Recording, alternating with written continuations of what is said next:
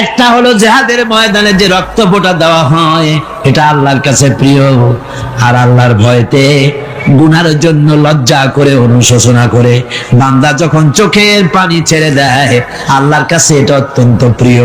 নবীজি বলেছেন, বান্দা যখন গুনার ভয়তে, আল্লাহর ভয়তে, জাহান্নামের ভয়তে অনুশোচনা করে যখন চোখ দিয়ে পানি ছেড়ে দেয়, ওই চোখের পানি নাকের অর্ধেক আসতে না আসতে আল্লাহ রাব্বুল আলামিন বান্দারে মাফ করে দেন। আল্লাহ বরদাস্ত করতে পারেন না যে বান্দা কান্দুক। আমার ভাইরা, আল্লাহ রহমত, এই পৃথিবীতে আল্লাহর রহমতকে 100 ভাগ করা হয়েছে। আল্লাহর রহমতের কত ভাগ? এই 100 ভাগের 1 ভাগ সারা পৃথিবীতে ছড়াই দেওয়া হয়েছে। আর 99 ভাগ কার কাছে? আল্লাহর কাছে। একটা ভাগ দুনিয়া ছড়ানো হয়েছে আদম আলাইহিস সালাম থেকে নিয়ে এই পর্যন্ত, এখান থেকে নিয়ে কিয়ামত পর্যন্ত পৃথিবীতে যত মানুষ আসবে, যত প্রাণী আসবে, তাদের মধ্যে প্রাণী জগত গাভী তার বাছুরকে ভালোবাসে ঠিক কিনা, হাতি তার বাচ্চাকে ভালোবাসে ঠিক কিনা, মুরগি তার বাচ্চাকে ভালোবাসে কিনা, প্রত্যেক মাই তার সন্তানকে ভালোবাসে মানুষের মতো। এই ভালোবাসা, স্নেহ, এই মমতা, এই করুণা, এই মহব্বত একটা ভাগ দুনিয়ায় দেওয়ার পর আপনি আর আমি যতটুকুন ভাগে পেয়েছি, সেই মহব্বত স্ত্রীর মহব্বতে অস্থির, মায়ের মহব্বতে অস্থির, সন্তানের মহব্বতে অস্থির।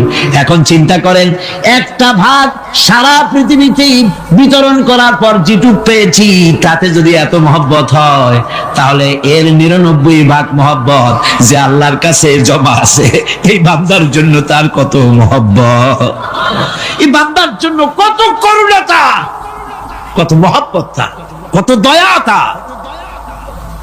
এজন্য আল্লাহ রাব্বুল আলামিন বলেছেন, নাব্বি ইবাদি আন্নি আনাল গফুরুর রহিম। আমার নবী, সুসংবাদ দিয়ে দাও, বান্দাদেরকে শোনায় দাও যে আমি আল্লাহ তাআলা ক্ষমাশীল আর দয়াবান। হুজুর কাঁদতেছিলেন, হযরত ওমর রাদিয়াল্লাহু তাআলা আনহু এসে দেখেন হুজুর একা কাঁদতেছে। হুজুর জিজ্ঞেস করছেন, হযরত ওমর জিজ্ঞেস করলেন, হুজুর আপনি কাঁদেন কেন একা একা? হযরত ওমর বলেন, আমি যখন প্রশ্ন করলাম, নবীজি বললেন, আমার কাছে কিছু আগে জিবরাইল এসেছিলেন। জিবরাইল এসে আমাকে বললেন, আল্লাহ পাক বলেছেন, হে আমার নবী, ইসলামের ভিতরে থেকে যে সমস্ত মানুষগুলি ইসলামের ভিতরে থেকে চুল আর দাড়ি পাকায় দিছে, কিয়ামতের দিন এই লোকগুলারে আমি শাস্তি দিতে আমার শরম হবে। হযরত ওমর বলেন, হুজুর উম্মতের জন্য কত বড় খুশ খবর এটা, আর আপনি কাঁদতেছেন? হুজুর বলেন, ওমর তুমি জানো না, আমার কান্নার কারণ ভিন্ন। আমার কান্নার কারণ হলো যে আল্লাহ রাব্বুল আলামিন কিয়ামতের দিন দাড়ি চুল পাকা বান্দারে শাস্তি দিতে শরম করবেন। সেই দাড়ি চুল পাকা বান্দাগুলি আল্লাহর সাথে নাফরমানি করতে শরম করে না। আমি এই লজ্জায় কাঁদতেছি। ভাইরা, হুজুর আল্লাহ পাক বলেন, ও আমার নবী, রাতের আধারে যখন একটা বুড়া আমার দরবারে হাত উঁচু করে, একটা বুড়া মানুষ রাতের আধারে যখন আমার দরবারে হাত উঁচু করে, আর যখন বলতে থাকে, রব্বুল আলামিন, আমার পেছনের জীবনটা বড় খারাপ করেছি, এমন কোন কাজ জীবনে করি নাই যা তোমার কাছে কিছু দাবি করতে পারি, সব রকমের নাফরমানি করেছি, আজ আমি বুড়া হয়ে গেছি, কামাই করতে পারি না, ছেলে আমাকে চোখে দেখতে পারে না, পুত্রবধূ আমাকে ঘরে জায়গা দেয় না, আমার স্ত্রী আমাকে দেখতে পারে না, রোজগার করতে পারি না, হাঁটতে পারি না, চলতে পারি না, সবার কাছে আমি তিতা হয়ে গেছি, আমি দাঁড়াতে পারি না, কোমরে ব্যথা পাই, হাঁটুতে ব্যথা পাই, চলতে পারি না, কানে শুনতে পাই না, চোখে দেখতে পারি না, আর তোমার কাছে কিছু চাইয়া নেব এমন ভালো কাজও করি নাই। এইভাবে যখন বান্দা কাঁদতে থাকে আমার দরবারে, ও আমার হাবিব আমার রহমতের দরিয়ায় জোশ মেরে যায়, আমার শরম হয় এই বুড়াটারে কেমনে খালি হাতে ফিরাইয়া দেই। সুবহানাল্লাহ, সুবহানাল্লাহ। আমার আল্লাহর এত দয়া, আমার আল্লাহর এত মায়া, এত মহব্বত। আমার আল্লাহ রাব্বুল আলামিন বলেন, وَإِذَا سَأَلَكَ عِبَادِي عَنِّي فَإِنِّي قَرِيبٌ। আমার হাবিব, আমার বান্দা আমার ব্যাপারে প্রশ্ন করে, আমি বান্দার একদম নিকটে। কোরআন শরীফের ভিতরে যত জায়গায় রাসূলকে বলা হয়েছে সুয়ালের কথা, আপনাকে প্রশ্ন করা হয়, আল্লাহ তার জবাব কুল এই কথা বলে জবাব দিয়েছেন। যত জায়গায় সুয়াল এসেছে, যেমন কোরআনে কারীমের মধ্যে আল্লাহ পাক বলেন ওয়ায়াসআলুনাকা আনিল মাহিদ, মেয়েদের হায়েজ সম্পর্কে জিজ্ঞাসা করা হয়, কুল হিয়া আযা, হে নবী আপনি বলুন। এভাবে করে কুল দিয়ে জবাব দেওয়া হচ্ছে। আবার প্রশ্ন করা হচ্ছে ওয়ায়াসআলুনাকা আনিল আনফাল, এই গনিমতের মাল সম্পর্কে হুজুর আপনাকে, হে নবী আপনাকে প্রশ্ন করা হয়। আল্লাহ কুল দিয়া জবাব দিলেন, আল্লাহ বলেন আপনি বলেন। ওয়ায়াসআলুনাকা আনিল খামরি ওয়াল মাইসির, আল্লাহ পাক বলেন নবী আপনারে প্রশ্ন করা হয় কুল ফীহিমা ইসমুন কাবীর, আল্লাহ কুল দিয়া বললেন তুমি বলো।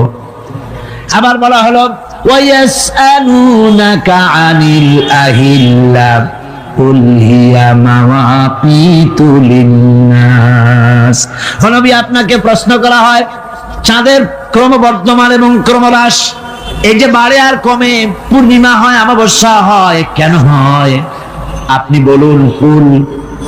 আপনি বলেন এটা আমি অক্ত এবং সময়, বছর আর দিন গণনা করার জন্য পৃথিবীবাসীদের জন্য বিনা পয়সায় একটা ক্যালেন্ডার বানাইয়া আকাশে ঝুলাই রেখেছি। এভাবে যত জায়গায় এসেছে আপনাকে প্রশ্ন করা হয়, তত জায়গায় আল্লাহ জবাব দিয়েছেন কুল আপনি বলেন।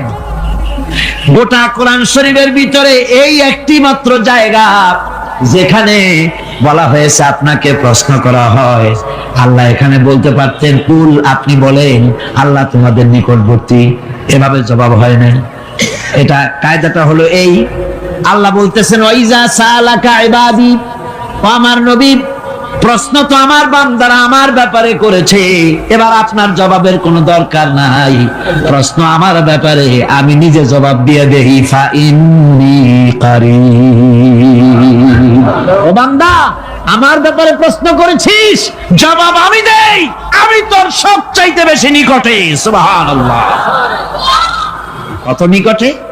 ওয়ানাহানু আকরাবু ইলাইহি মিন হাবলিল ওয়ারিদ, তোর যে রগ এই শাহরগের চাইতেও আমি তোর বেশি কাছে। সুবহানাল্লাহ, আমারে ডাক, আমারে ডাক, কলিজা দিয়া ডাক, অন্তর দিয়ে ডাক। মনের থেকে মানুষ যদি ডাকে, মুখের ডাক আর মনের ডাক এক জিনিস নয়। দিল সে জুবাত নিকলতি হ্যায়, असर रखती है पर नहीं मगर ताकते परवाज रखती है। দিল থেকে যে কথা বেরোয় তা প্রভাব বিস্তার করে, ডানা নাই কিন্তু ওড়ার ক্ষমতা রাখে। মনের কথাই ভিন্ন, মন থেকে, দিল থেকে, কলিজা থেকে, অন্তরের গভীর কন্দর থেকে মুহাব্বতের সাথে কেউ যদি একবার বলে আল্লাহ, আল্লাহ রাব্বুল আলামিন বলেন অন্তরের অন্তঃস্থল থেকে একটি বার যদি বান্দা বলেন আল্লাহ, আল্লাহ বলেন 70 বার সাড়া দিয়া জিজ্ঞেস করি বান্দা কি চাও, আমি তোমার কাছে আছি। সুবহানাল্লাহ, আমি তোর একদম কাছে, কি চাস বল, বল আমার কাছে। এমন দয়াবান, এমন মেহেরবান, এমন আল্লাহ আমাদের। সে আল্লাহ রাব্বুল আলামিন তিনি বলছেন ওয়াকালা রাব্বুকুম উদউনি আস্তাজিব লাকুম, তোমাদের রব বলেছেন আমারে ডাকো, আমি আল্লাহ ডাকের সাড়া দিয়া দেব। সুবহানাল্লাহ, কারে ডাকতে হবে, কারে ডাকতে হবে? এই বিশাল জনসমুদ্র একযোগে চিল্লা এখন কারে ডাকতে হবে?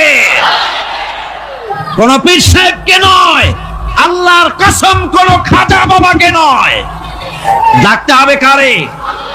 চিল্লা এখন কারে? ওয়াকালা রাব্বুকুম উদউনি, তোমার রব তোমাকে বলতেছে আমারে ডাকো, আস্তাজিব লাকুম, আমারে ডাকবে আমি সাড়া দিয়ে দেব। সুবহানাল্লাহ। আল্লাহকে ডাকেন, কি চাই আপনার বলেন, কি চাই? আল্লাহর কাছে চান, আল্লাহ দিয়ে দিবে। দেওয়ার জায়গা আল্লাহর কাছে চাইবেন, আল্লাহ দিবেন। দেওয়ার জায়গা, চাওয়ার জায়গা হলো সেজদায় পড়ে যাবেন। আমার ভাইয়েরা, জায়গাটা চিনাই দিলাম। মাজারে যাওয়া লাগবে না, কবরে যাওয়া লাগবে না। 2 রাকাত নামাজ পড়ে সেজদায় পড়ে গিয়া যত বিপদ আছে, মুসিবত আছে, সেজদার মধ্যে চোখের পানি ছেড়ে দেন আর কেন্দে কেন্দে জীবনের কথা বলেন। আল্লাহ রাব্বুল আলামিন আপনার আওয়াজ শুনবেন আর দোয়া কবুল করে নেবেন। কামতে হবে আল্লাহর কাছে। কার কাছে? আল্লাহর কাছে। সুম্মা ইস্তাগফিরুল্লাহ, আর এরপরে সে যদি আমি আল্লাহর কাছে ক্ষমা চাই, ইয়াজিদিল্লাহ গাফুরার রহিমা, সে আমি আল্লাহকে গফুর এবং রহিম হিসাবে পাবে। সুবহানাল্লাহ। আল্লাহকে গফুর এবং রহিম হিসাবে পাওয়া যাবে। সব আল্লাহকে বলতে হবে, গুনাহ মাফ চাইতে হবে। এই জন্য হুজুর সাল্লাল্লাহু আলাইহি ওয়াসাল্লাম দৈনিক 100 বার তওবা করতেন। কোন হাদিসে আছে 70 বার, কোন হাদিসে আছে 100 বার তওবা করতেন। নামাজের পরে তো প্রত্যেক নামাজই পড়তেন হুজুর, সালাম ফিরাতেন আর সাথে সাথে বলতেন আল্লাহু আকবার, আস্তাগফিরুল্লাহ, আস্তাগফিরুল্লাহ, আস্তাগফিরুল্লাহ। মনে থাকবে আপনাদের? মনে থাকবে? সালাম ফিরাইয়া কি বলবেন? না, সালাম ফিরাবার সাথে সাথে বলবেন আল্লাহু আকবার, তারপরে পড়বেন আস্তাগফিরুল্লাহ, আস্তাগফিরুল্লাহ, আস্তাগফিরুল্লাহ। তওবা করবেন, আল্লাহর কাছে সবসময় গুনাহ মাফ চাইতে থাকবেন, বিনীত থাকবেন। আল্লাহকে পাওয়া যাবে, তাকে রহিম হিসেবে পাওয়া যাবে। সুতরাং ঈমান বিল্লাহ, আল্লাহর প্রতি ঈমান আনলে পরে 4 নম্বরের যে উপকারটা হবে সেটা হলো হতাশায় ভুগবে না, নিরাশায় ভুগবে না, আশায় বুক বেঁধে উঠবে, ঈমান মজবুত হবে, আল্লাহর কাছে মানুষ বিনয়ী হয়ে যাবে। এবার 5 নম্বরের উপকার আমি বলছিলাম, ঈমান বিল্লাহ, আল্লাহর প্রতি ঈমান আনলে পরে অসংখ্য উপকার হয়, অসংখ্য বৈশিষ্ট্য আছে। এর 6টা উপকারের কথা আমি বলবো। কয়টা? অসংখ্য উপকারের ভিতরে প্রধান 6টি উপকারের কথা বলবো। এর বললাম কয়টা? 4টে বলেছি। এবার বলো 5ম উপকারের কথা। আল্লাহর প্রতি আপনি পূর্ব পশ্চিমে কতবার মুখ ঘোরালেন, এটাই কিন্তু আপনার আসল সৎ কাজ নয়। আসল সৎ কাজ হলো আল্লাহর প্রতি ঈমান আনা। এই ঈমানের ব্যাপারে 3টা দিন আমরা পার করে দিলাম, এখনো কথা শেষ হয় নাই। আল্লাহর প্রতি ঈমান আনলে পরে যে উপকারটা হবে 5ম নম্বরে, সেটা হলো কঠোর এবং কঠিন বিপদের ভিতরে বান্দার ভিতরে অবিচলতা এবং ধৈর্যের সৃষ্টি হয়ে যাবে। আলহামদুলিল্লাহ। কঠিন বিপদ মুসিবত আসলে পরে সে অবিচল থাকবে। সারা দুনিয়ার বিপদ আপদ, শত্রুতা, দুঃখ, কষ্ট, মুসিবত, জুলুম, নির্যাতন সবকিছু পাহাড়ের মতো উঁচু হয়ে তাকে ঘিরে ফেলবে, কিন্তু তাকে এক চুলও নাড়াতে পারবে না। কারণ হচ্ছে আল্লাহ রাব্বুল আলামিন বলেছেন, ইউরিদুনা লিইউতফিউ নূরাল্লাহি বিআফওয়াহিহিম ওয়াল্লাহু মুতিম্মু নূরিহি ওয়ালাউ কারিহাল কাফিরুন। ওরা চায় মুখের ফু দিয়ে আমার আলোকে নিভিয়ে দেবে, কিন্তু আমি আমার আলোকে পূর্ণতা দান করব, তাতে কাফের বেঈমানদের কলজায় যত জ্বালা যন্ত্রণা হোক আমার দিন কেউ মিটাই দিতে পারবে না। সুবহানাল্লাহ। সুতরাং বিপদে অবিচলতা আসবে, সে অটল হবে, মজবুত হবে। কোরআনে কারীম বলতেছে, ওয়া কাযালিকা জাআলনা লিকুল্লি নাবিয়্যিন আদুওয়াম মিনাল মুজরিমিন। এই পৃথিবীতে এমনি করে আমি সকল নবীদের শত্রু বানিয়েছি, সব পাপিষ্ঠ অপরাধীদেরকে। নবীদের সাথে বিরোধিতা করেছে কারা? পাপিষ্ঠরা, অপরাধীরা। আজও খুঁজে দেখে, আজও ইসলামী আন্দোলনের বিরোধিতা যারা করে সবগুলি কি? পাপিষ্ঠ। সত্য কি রাখ? ইসলামী আন্দোলনের বিরোধিতা যারা করে হিসাব করে চোখ দিয়ে তাকায় দেখেন, খুঁজে দেখেন তাদের নামগুলি। মদখোর, জিনাকার, বদমাশ, চোর, হাইজাকার, বেনামাজি, লুটেরা, মিথ্যাবাদী, সবচাইতে সমাজের নিকৃষ্ট লোকগুলি ইসলামের বিরুদ্ধে। জমিন আল্লাহর, জমিন কার? এই বিশাল জনসমুদ্র গর্জে উঠুন একযোগে, বলুন জমিন কার? আইন চলবে কার? এখানেই সংঘর্ষ বেঁধেছে আবহমান কাল ধরে। মানুষ অত্যাচারিত হয়েছে, সাহাবায়ে কেরাম অত্যাচারিত হয়েছেন। বুখারী শরীফের হাদিসে এসেছে, রাসূল করিম সাল্লাল্লাহু আলাইহি ওয়াসাল্লামের কাছে হযরতে খাব্বাব গিয়ে উপস্থিত হয়েছিলেন। হযরতে খাব্বাব বলেন, হাদিসটা এভাবে লেখা হয়েছে বুখারীতে, ওয়ান খাব্বাব বিন আরিদ রাদিয়াল্লাহু তাআলা আনহু قال شكونا إلى رسول الله صلى الله عليه وسلم وهو متوسد بردة له في ظل الكعبة। রাসূলুল্লাহর কাছে গেলাম, কাবা শরীফের কাছে গিয়ে দেখি নবীজি একটা চাদর গায়ে দিয়ে তিনি আরাম ফরমাচ্ছিলেন কাবা শরীফের ছায়ায়। সেখানে গিয়ে বললাম, আলা তাস্তানসিরু লানা আলা তাদউ লানা ইয়া রাসূলুল্লাহ, হে আল্লাহর রাসূল, আপনি কি আমাদের জন্য আল্লাহর কাছে দোয়া চাইবেন না? আপনি কি আল্লাহর কাছে আমাদের জন্য সাহায্য চাইবেন না? আমাদের লোকগুলিকে, মুসলমানগুলিকে মারতে মারতে তো শেষ করে ফেলে দিল। তারা আমাদের সুমাইয়াকে মারলো, আমাদের খাব্বাবকে উটের সাথে পায়ের দড়ি লাগায় টানলো, আমাদের খোবায়েবকে তারা আগুনের উপরে চিৎ করে শোয়ায় রাখলো, না খায় রাখতেছে, মারতেছে, কষ্টে তো শেষ হয়ে গেলাম। হুজুর, আপনি কি আমাদের জন্য দোয়া করবেন না? হাদিস শরীফে এসেছে, নবীজি উঠে বসলেন সোজা হয়ে। নবীজি বলেন, ও আমার সাহাবী, ও খাব্বাব, শোনো, তোমাদের আগে এই পৃথিবীতে যারা দ্বীনের দাওয়াত দিতে এসেছিলেন তাদেরকে সমকালীন রাষ্ট্র শক্তি, সমাজ শক্তি তাদেরকে ধরত। ফায়ু খাজুর রাজুল, তাদেরকে তারা ধরত। ফায়ুফারু লাহু ফিল আরদ, আর তার জন্য জমিনের ভিতরে কবর বানাইতো। ওই কবর ফায়ু জালু ফিহা, ওই কবরের ভিতরে তাকে কোমর পর্যন্ত গেড়ে দিত। সুম্মা ইউতা বিল মানশার, এরপরে করাত আনতো। ফায়ুদাউ আলা রাসিহি, এরপরে ওই রাখতো। ফায়ুজালু নিসফাইন, এরপরে করাত দিয়া চিরে জীবিত মানুষটারে করে ফেলে দিত। মা ইয়াসুদ্দুহু যালিকা আন দীনিহি, ও আমার খাব্বাব, এত কষ্ট দেওয়ার পরেও সেই যুগের কোন মুসলমানকে, দ্বীনের দায়ীদেরকে আল্লাহর দ্বীন থেকে এক চুলো তারা সরাই দিতে পারে নাই, এক চুলো সরাতে পারে নাই। ওয়াল্লাহি, ও খাব্বাব, আমি আমার আল্লাহর নামে কসম করে বলছি, লা ইউতাম্মান্নাল্লাহু হাযাল আমরা হাত্তা ইয়াসিরার রাকিবু মিন সানা ইলা হাযাল মাউত। আমি কসম করে বলি, আল্লাহ রাব্বুল আলামিনের এই সানা থেকে হাজারামত পর্যন্ত লোকেরা যাতায়াত করবে, সুন্দরী রমণীরা গমন করবে, সদাগরেরা যাতায়াত করবে, টাকা নিয়া পয়সা নিয়া যাতায়াত করবে।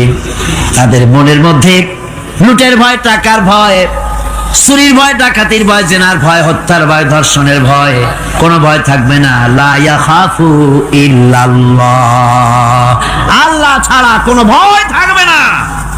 এমন একটা সমাজ, এমন একটা সময় আসবে, ওয়ালাকিন্নাকুম তাস্তাজিলুন, অথচ খুব তাড়াহুড়ো তোমরা করতেছো। তাড়াহুড়ো করো না, সময় আসবে ইনশাআল্লাহ। আর সে সময় আসছিল মদিনায়, আসে নাই? আসে নাই? সুতরাং আজও চট্টগ্রামের এই বিশাল জনসমুদ্রকে বলতে চাই, নির্যাতন, স্বৈরাচার, জুলুম, অত্যাচার, হত্যাকাণ্ড যা কিছু ঘটতেছে, ধৈর্য ধরুন, আন্দোলনে শরীক হন, জান বাজি রাখুন। এ বাংলাদেশেও আগামী যে পার্লামেন্ট হবে, আগামী জাতীয় নির্বাচনে যে পার্লামেন্ট তৈরি হবে, ইনশাআল্লাহ সেই পার্লামেন্ট হবে কোরআনের পার্লামেন্ট ইনশাআল্লাহ। আমার ভাইয়েরা, আমার বন্ধুগণ, কঠিন বিপদে অবিচলতা এবং ধৈর্যের দৃষ্টান্ত রেখে গেছেন আম্বিয়া আলাইহিমুস সালাম। সুবহানাল্লাহ। কঠিন বিপদে অবিচলতা, দৃঢ়তা, ধৈর্য কারে বলে, তার দৃষ্টান্ত কারা রেখেছেন? আম্বিয়া আলাইহিমুস সালাম। ওনারাই আমাদের আদর্শ, নবীরাই আদর্শ। সাহাবায়ে কেরাম রিদওয়ানুল্লাহ তাআলা আলাইহিম আজমাইন আমাদের আদর্শ। ভাইরা আমার, মুসা আলাইহিস সালামকে ফেরাউন যখন ঘিরে ফেলে দিল, কোরআনের সব কথা গল্প গুজবার ইতিহাসের জন্য লেখা হয় নাই। কোরআনের মধ্যে যা লেখা হয়েছে সব বান্দাদের উপদেশের জন্য, যাতে করে লোকেরা চিরটা কাল এর থেকে উপদেশ নেওয়া নিজেদের তৈরি করতে পারে। জোরে বলেন সুবহানাল্লাহ। মুসা আলাইহিস সালামের কথা আল্লাহ বলেন, ফেরাউন তাকে ঘিরে ফেলে দিল, পালাবার রাস্তা নাই।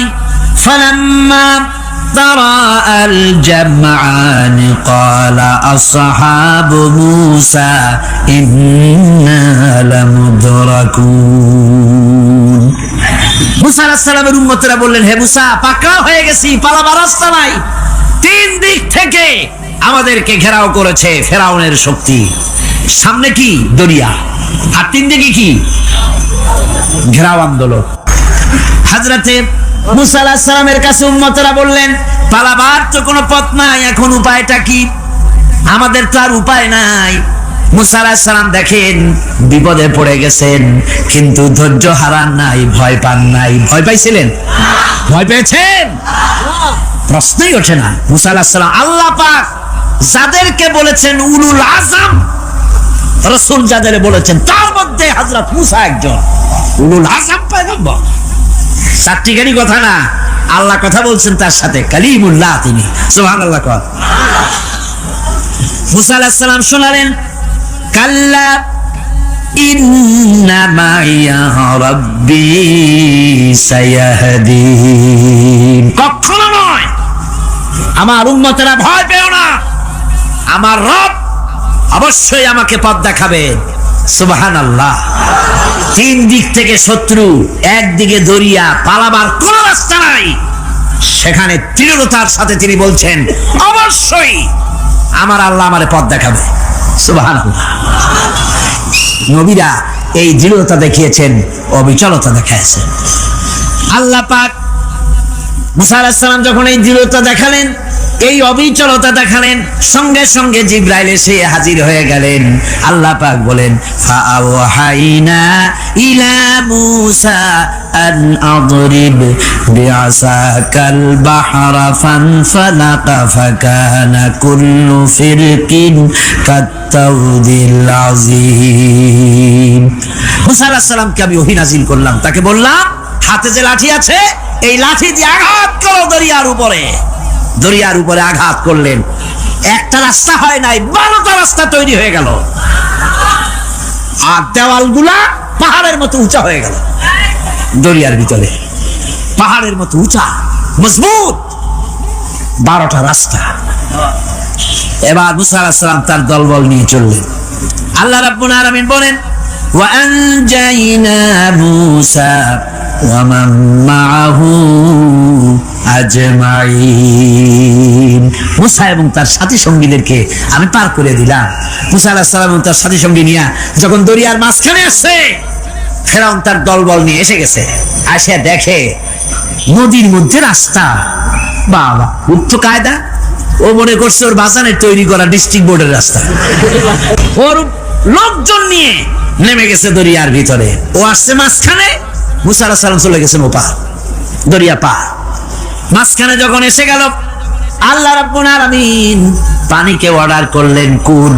আল্লাহর তো বটন টেপা লাগে না, মুখ দিয়া কোনো হুকুম করা লাগে না, শুধু বলেন কুন। যে ব্যাপারে কুন বলেন ফায়াকুন, সাথে সাথে হয়ে যায়। আল্লাহ বললেন কুন, আর অমনি রাস্তা বন্ধ হয়ে গেল। এবার তুফান শুরু হয়েছে নদীতে, ঢেউয়ের উপরে ঢেউ, মৌজুন কাল জিবাল, পাহাড়ের মতো উঁচু হয়ে হয়ে ঢেউ আসতেছে। দলবল ঘোড়া আর অস্ত্রপাতি যা ছিল সব মরিয়া শেষ। এবার ফেরাউন একা উপরে ওঠে আর নিচে নামে, পানি খেতে খেতে পেটের কাম সারা। জনমের খাওয়া খাইছে পানি, এখন জান যায়, বাঁচবার আর উপায় নাই, বাঁচবার আর উপায় নাই। ফেরাউন তার নিজের জীবন সম্পর্কে হতাশ হয়ে গেল। এবার ফেরাউন বলতেছে, আমানতু আন্নাহু লা ইলাহা ইল্লাল্লাযী আমানাত বিহি বানু ইসরাঈল। আমি ঈমান আনলাম, আমি ঈমান আনলাম আল্লাহ ছাড়া কোন ইলাহা নাই। ওই আল্লাহর উপর ঈমান আনলাম যে আল্লাহর উপর ঈমান এনেছে বনি ইসরাঈলেরা। আল্লাহ যাতে ঠিক পায় যে কোন আল্লাহর উপর ঈমান আনছে। বনি ইসরাঈলের আল্লাহর উপর ঈমান আনলাম। আল্লাহ এই তো মুসলমান হয়ে গেছি, এরপরও আমার সুবাও কেন? আল্লাহ রাব্বুল আলামিন জবাবে বলেন আল আন, এখন ওয়াকাদ আসাইতা ক্বাবলু ওয়া কুনতা মিনাল মুফসিদিন। এখন ঈমান আনার কথা বলছো, অথচ যুগের পর যুগ, বছরের পর বছর ধরে আমার মানুষের উপরে মন গড়া আইন চালায়েছ, আমার পয়গম্বরের সাথে বেয়াদবি করেছ। আজ তোমাকে আমি ছাড়ছি না, তোমাকে আজকে ছেড়ে দেব না। আমি তোমাকে মারব, আর সমস্ত প্রাণীগুলিকে, স্থলচর প্রাণীগুলিকে আল্লাহ পাক অর্ডার দিয়া দিলেন, এই ফেরাউনের লাশকে ডুবাবি না, পচাবি না, খাবি না। আলিয়াউমা নুনাজ্জিকা বিবাদানিক, আমি তোমার শরীরে বাঁচায় দেব। পোকে খাবে না, পানিতে পচবে না, মাছে খাবে না, কুমিরে খাবে না, দুনিয়ার কোনো পশুতে খাবে না। আমি তোরে শুটকি বানাইয়া রাখবো, যাতে করে দুনিয়ার সমস্ত ফেরাউন যত যুগে যুগে আসে তোরে দেখে যেন হেদায়েত নিতে পারে। ফেরাউনকে আল্লাহ শুটকি বানায় রাখছে। আমি ফেরাউনদের লাশ দেখেছি ব্রিটিশ মিউজিয়ামে। ফেরাউন তো একটা না, অনেকগুলা। আসলটারে অবশ্য দেখিনি। ব্রিটিশ মিউজিয়ামে ওই ফেরাউন গুলার লাশ যখন অসুবিধা হয়, মমিগুলি, তখন ইংল্যান্ডে নিয়ে যায় চিকিৎসা করাবার জন্য। চোখ টোক আছে গর্তের ভিতরে, তারপরে চামড়া টামড়া হাড়ের সাথে মিশানো, ওইভাবে চেহারা দেখলে মনে হয় যে সত্যি ফেরাউন এগুলা। আমার বন্ধুগণ, বলতেছিলাম যে পৃথিবীতে আল্লাহ রাব্বুল আলামিন নবীরা তাদের চরিত্র দিয়ে বিপদের মোকাবেলা করে, দুনিয়ার সামনে কঠিন বিপদের মোকাবেলা করে অবিচলতা, দৃঢ়তা দেখায় গেছেন যে কেমন করে এই পৃথিবীতে বিপদের সামনে মোকাবেলা করতে হয়। ধৈর্য ধরতে হবে, বিপদ আসবে পাহাড় সমান হয়ে, আপনাকে ধৈর্য ধারণ করতে হবে সেভাবে বুক বেঁধে। যেহেতু এটা যদি বিশ্বাস হয় যে আমার কিসমতে যা আছে তার থেকে বেশি কিছু হবে না, তাহলেই আপনার ধৈর্য আসবে, ভয় পাবেন না। কথা ঠিক কিনা কর? এবারে হযরত হুদ আলাইহিস সালাম সম্পর্কে আল্লাহ রাব্বুল আলামিন বলেন, হযরতে হুদকে যখন ষড়যন্ত্র হলো কাফির বেঈমানেরা তাকে মেরে ফেলার জন্য, যখন সরকারি ষড়যন্ত্রে লিপ্ত হয়ে গেল, হযরতে হুদ সমাজের এই চ্যালেঞ্জের মোকাবেলা করলেন। হযরত হুদ বলেন, ফাকিদুনি জামিআন সুম্মা লা তুনজিরুন ইন্নী তাওয়াক্কালতু আলাল্লাহি রাব্বি ওয়া রাব্বিকুম। আমি, তোমরা তোমাদের ষড়যন্ত্র আমার বিরুদ্ধে যত পারো আমার বিরুদ্ধে ষড়যন্ত্র চালাও, এতটুকুন আমার অবকাশ দিও না। আমি এমন আল্লাহর উপরে ভরসা করেছি যার হাতের ভিতরে তোমাদেরও জান আর আমারও জান। যা পারো তাই করো। হযরতে হাজেরা প্রশ্ন করলেন, ইব্রাহিম, পানি নাই, খাবার নাই, মানুষ নাই, ঘর নাই, বাড়ি নাই, মরুভূমির ভিতরে আমাকে আর আমার বাচ্চারে ফেলে রেখে যাচ্ছ কেন? কোনো জবাব নাই। দুইবার তিনবার প্রশ্ন করলেন। এরপরে তিনি আবার প্রশ্ন করলেন, বললেন, ইব্রাহিম, এটা কি আল্লাহর হুকুম নাকি? হযরত ইব্রাহিম আলাইহিস সালাম নিজের কলিজার টুকরা সন্তান আর বিবিকে রেখে যেতেছেন ভারাক্রান্ত মন নিয়ে। তিনি আকাশের দিকে আঙ্গুল উঁচু করে দেখালেন। হযরত হাজেরা বুঝলেন তিনি তো আল্লাহর পয়গম্বর, আমার কোন অপরাধে এভাবে ফেলে যাওয়ার কথা নয়। তিনি বুঝলেন এটা আল্লাহর হুকুম। হযরতে হাজেরা বললেন, ইব্রাহিম রে, নিশ্চিন্ত মনে বাড়ি ফিরে যাও। আমার মনে কোনো চিন্তা নাই, কোনো পেরেশানি আর এখন নাই। আল্লাহর হুকুমে যদি আমাকে এই মরুভূমির ভিতরে ফেলে যেয়ে থাকো, তাহলে আমি ওই আল্লাহর প্রতি এতটা ভরসা রাখি যে এই মরুভূমির ভিতরে জল পানি শূন্য, খাদ্য শূন্য জায়গায় আমি আমার বাচ্চাকে আল্লাহ রব্বুল আলামিন না খাওয়াইয়া মারবেন না। দ্বিতীয় পরীক্ষায় পাশ করল। 3 নম্বরে পরীক্ষা হলো, সন্তান বড় হয়ে গেছে, বুদ্ধি হয়েছে, দৌড়াতে পারে।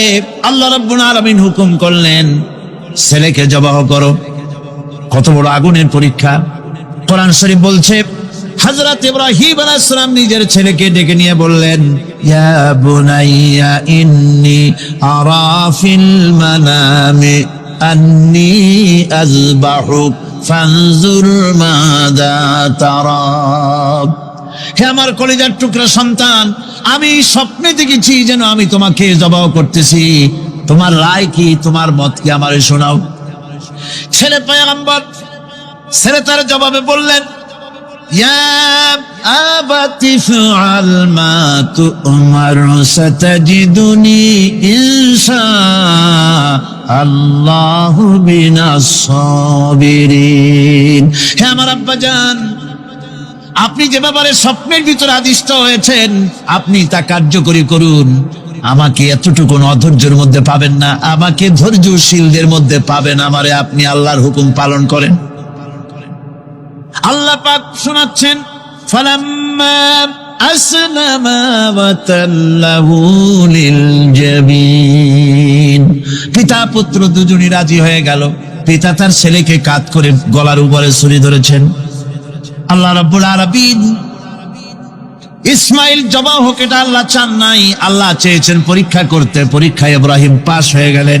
আল্লাহ পাক বলছেন, ওয়ানাদাইনাহু আইয়া ইব্রাহিম কদ সাদ্দাকতার রুইয়া ইন্না কাযালিকা নাজজিল মুহসিনিন। আমি ইব্রাহিমকে ডেকে বললাম, ইব্রাহিম তুমি তোমার স্বপ্নকে বাস্তবে রূপ দিয়েছো, আর এভাবেই করি আমি মুহসিনিনদেরকে পুরস্কৃত করে থাকি। আল্লাহ পাক খুশি হলেন। আল্লাহ পাক বললেন, ইন্না হাযা লাবালাউল মুবিন। নিঃসন্দেহে এটি একটি বিরাট পরীক্ষা ছিল, ঠিক কিনা গণ? আল্লাহ নিজে বলছেন এটা একটি বিরাট পরীক্ষা, আজিম ইমতিহান। সে ইমতিহানে তিনি পাশ করলেন। পরীক্ষায় উত্তীর্ণ হওয়ার জন্য রব্বুল আলামিন পুরস্কার দিয়া দিলেন। আল্লাহ পাক বললেন, সালামুন আলা ইব্রাহিম। পড়েন সবাই, সালামুন আলা ইব্রাহিম। ইব্রাহিমের প্রতি আল্লাহ পাক বললেন, ইব্রাহিমের প্রতি সালাম রইল। সুবহানাল্লাহি ওয়া বিহামদিহি। হযরত ঈসা আলাইহিস সালামকে খ্রিস্টানেরা তারা বলেছে, ওয়াকালাতিন নাসারাল মাসীহ ইবনুল্লাহ। মসিহ হচ্ছে কার ছেলে? নাউযুবিল্লাহ। বলেন সবাই নাউযুবিল্লাহ।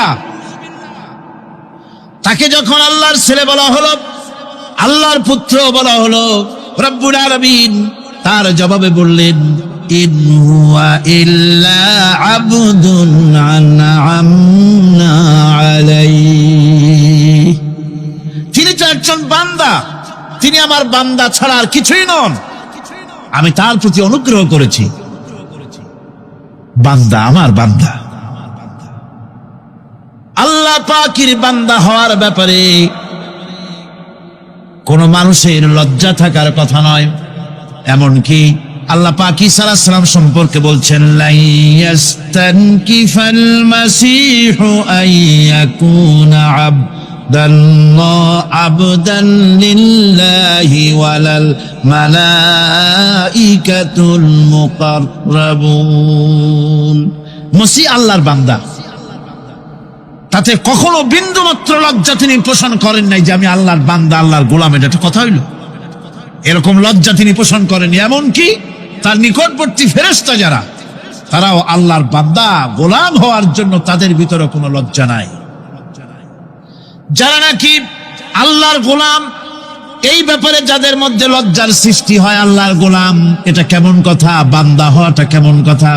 যারা গোলামীকে অস্বীকার করে তাদের সম্পর্কে আল্লাহ পাক বলছেন, ওয়া মাইয়াস্তানকিফ আন ইবাদাতিহি ওয়া ইয়াস্তাকবির ফাসায়াহশুরুহুম ইলাইহি জামিআ। কেউ যদি আল্লাহর বন্দেগী করার ব্যাপারে লজ্জা পোষণ করে, যদি লজ্জার কারণ মনে করে, অহংকার করে, গৌরব করে, তাহলে তারা পালাবে কোথায়, যাবে কোথায়? আমি কিয়ামতের দিন সবগুলিকে এক জায়গায় করে ফেলবো। সুতরাং আল্লাহ পাকের গোলামিতে আল্লাহ যে বান্দা বলে যখন ডাকেন, লজ্জার কোনো কারণ নাই। অহংকার যে করবে সে নিজেকে ধ্বংস করবে। আল্লাহ পাক সব নবীদেরকে নিজের বান্দা বলেছেন। নবীরা কি? আল্লাহ পাকের বান্দা।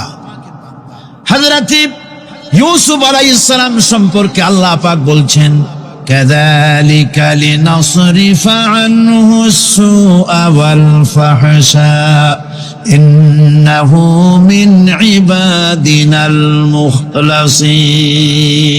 এরূপই ঘটলো যাতে আমি ইউসুফ আলাইহিস সালামকে, আমার বান্দা, তাকে আমি নির্লজ্জতা ইত্যাদি থেকে আমি রক্ষা করেছি। নিশ্চয়ই হযরত ইউসুফ ছিল আল্লাহ পাকের বান্দা, আল্লাহ পাকের আব্দ। রাসূল করিম সাল্লাল্লাহু আলাইহি ওয়াসাল্লাম তিনি হচ্ছেন সর্বশ্রেষ্ঠ আল্লাহর পয়গম্বর। তার থেকে শ্রেষ্ঠ নবী আর কি কেউ আছে? জোরে বলেন, আছে? তার থেকে মাহবুব, তার থেকে শ্রেষ্ঠ আল্লাহর কাছে আর কেউ নাই। সেই নবীকে আল্লাহ রাব্বুল আলামিন কোরআনে কারীমের ভিতরে তাকে আব্দ বলেছেন। কি বলেছেন? অনেকগুলি আয়াত আছে যে আয়াতের ভিতরে আল্লাহ পাক তার নাম নেন নাই, নবী বলেন নাই, রাসূল বলেন নাই, শুধু বলেছেন আব্দ। যেমন ফাআওহা ইলা আবদিহি মা আওহা। অতঃপর তার বান্দার নিকট যা ওহী করার ছিল তা তিনি করলেন। সেই বান্দাকে মুহাম্মদ সাল্লাল্লাহু আলাইহি ওয়াসাল্লাম। অন্য আয়াতে আল্লাহ পাক বলছেন, وأنه لما قام عبد الله يدعوه كادوا يكونون عليه لبدا। আর এই আল্লাহর বান্দা যখন নামাজ পড়তে দাঁড়িয়ে গেল, আল্লাহকে ডাকার জন্য যখন দাঁড়ালো, তখন লোকেরা তার উপরে ঝাঁপিয়ে পড়লো। ঝাঁপিয়ে পড়ার জন্য প্রস্তুতি গ্রহণ করলো। এখানে আব বলা হয়েছে কাকে? মুহাম্মদ সাল্লাল্লাহু আলাইহি সাল্লামকে।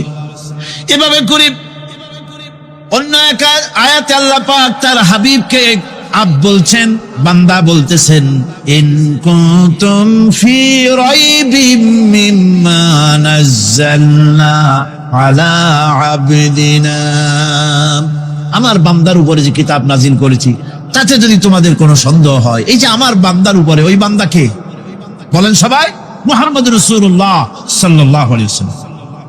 অন্য আয়াতে বলা হচ্ছে, তাবারাকাল্লাযী নাযালাল ফুরকানা আলা আবদিহি লিয়াকুনা লিল আলামিনা নাযীরা। অতীব বরকতপূর্ণ সেই মহান সত্তা যিনি তার বান্দার উপরে ফুরকান নাজিল করেছেন। কে সেই বান্দা? মুহাম্মদ সাল্লাল্লাহু আলাইহি ওয়াসাল্লাম। মেরাজের ঘটনা বলতে গিয়ে আল্লাহ রাব্বুল আলামিন বলতেছেন, সুবহানাল্লাযী আসরা বিআবদিহি লাইলাম মিনাল মাসজিদিল হারামি ইলাল মাসজিদিল আকসা। পবিত্র সেই মহান সত্তা যিনি তার বান্দাকে ইসরা করিয়েছেন। কে সেই বান্দা? মুহাম্মদ রাসূলুল্লাহ সাল্লাল্লাহু আলাইহি ওয়াসাল্লাম।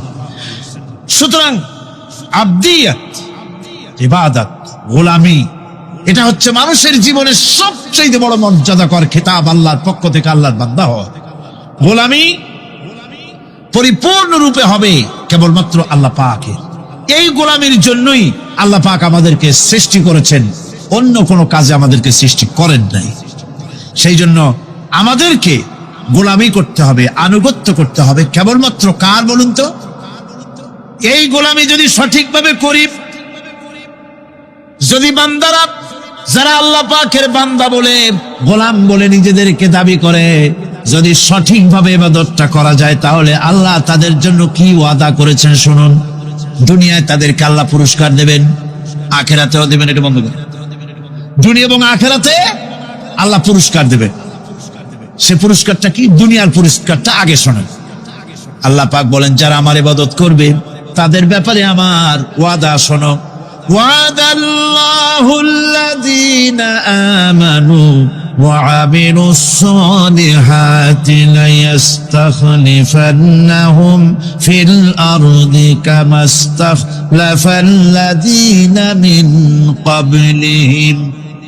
তোমাদের মধ্যে যারা ঈমান এনেছে এবং সৎ কাজ করেছে, আল্লাহ রাব্বুল আলামিন তাদের ব্যাপারে আল্লাহর ওয়াদা হচ্ছে, আল্লাহর প্রতিজ্ঞা হচ্ছে, আল্লাহ ওয়াদা করতেছেন তাদেরকে জমিনের উপরে প্রতিষ্ঠিত করবেন।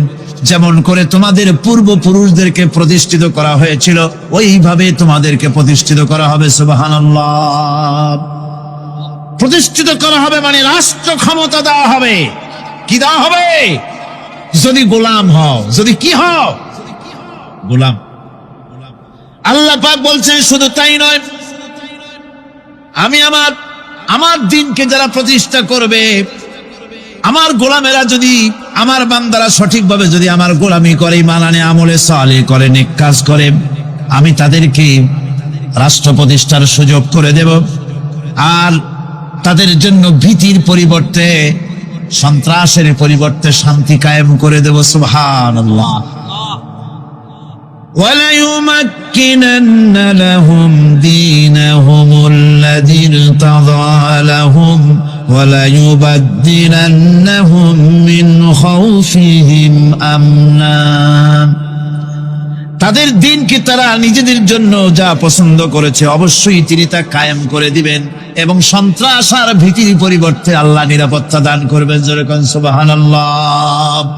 সন্ত্রাস বন্ধ হবে, চুরি, ডাকাতি, জেনা, ব্যভিচার সব বন্ধ হয়ে যাবে। তোমরা ক্ষমতায় থাকবে, তোমরা ডমিনেটেড হবে না, তোমরা ডমিনেট করবে। গোটা পৃথিবীকে শাসন করবে, শাসিত তোমরা হবে না। আর ভীতির পরিবর্তে নিরাপত্তা তোমরা লাভ করবে। কি করলে?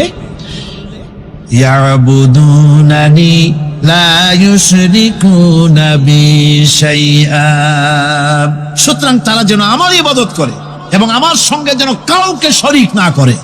আল্লাহ বলছেন, তোমরা যদি আমার সাথে শরীক না করো, ইবাদতের মধ্যে কাউকে যদি শরীক স্থাপন না করো, আর যদি তোমরা আমার ইবাদতটা সলিড ভাবে আমার জন্যই করো, তাহলে রাষ্ট্র ক্ষমতা তোমাদের হাতে আসবে, সন্ত্রাস নির্মূল হবে, শান্তি প্রতিষ্ঠিত হবে। এই হচ্ছে দুনিয়ার পুরস্কার। এটা কিসের পুরস্কার? আর আখিরাতের পুরস্কারের কথা বলা হচ্ছে। وَمَن يُطِعِ اللَّهَ وَرَسُولَهُ وَيَخْشَ اللَّهَ وَيَتَّقِهِ فَأُولَئِكَ هُمُ الْفَائِزُونَ। যে ব্যক্তি আল্লাহ এবং রাসূলের আনুগত্য করেছে, আল্লাহকে ভয় করে চলেছে, তার গজব থেকে বেঁচে রয়েছে, সেই হচ্ছে সফল কাম। সফল কাম মানে কি? কিয়ামতের দিন আল্লাহ পাক তাদেরকে জান্নাত দান করবেন। আল্লাহ পাক তাদেরকে কিয়ামতে কি দিবেন? জান্নাত দিবেন, চিরস্থায়ী শান্তির জায়গা, সেই জান্নাত লাভ করা যাবে। আজ ইবাদতের এই যে গুরুত্বপূর্ণ ইবাদত, এই ইবাদতের ভুল অর্থ সমাজের ভিতরে ছড়িয়ে আছে। সাধারণ মানুষও ভুল করেছে, অসাধারণ মানুষেরাও ইবাদতের ভুল অর্থ করে ভুলের মধ্যে নিমজ্জিত আছে বিরাট সংখ্যক লোকেরা। সাধারণ মুসলমানেরা তারা যে ভুলটা করলো ইবাদতের অর্থ করতে গিয়ে, সেটা হলো এই, সাধারণ লোকেরা মনে করলো কয়েকটা অনুষ্ঠানের নাম হচ্ছে ইবাদত, নামাজ, রোজা, হজ, যাকাত, সাদকা, ফিতরা, এর নাম হলো ইবাদত। অনুষ্ঠান শেষে তারা নিজেদেরকে স্বাধীন মনে করলো।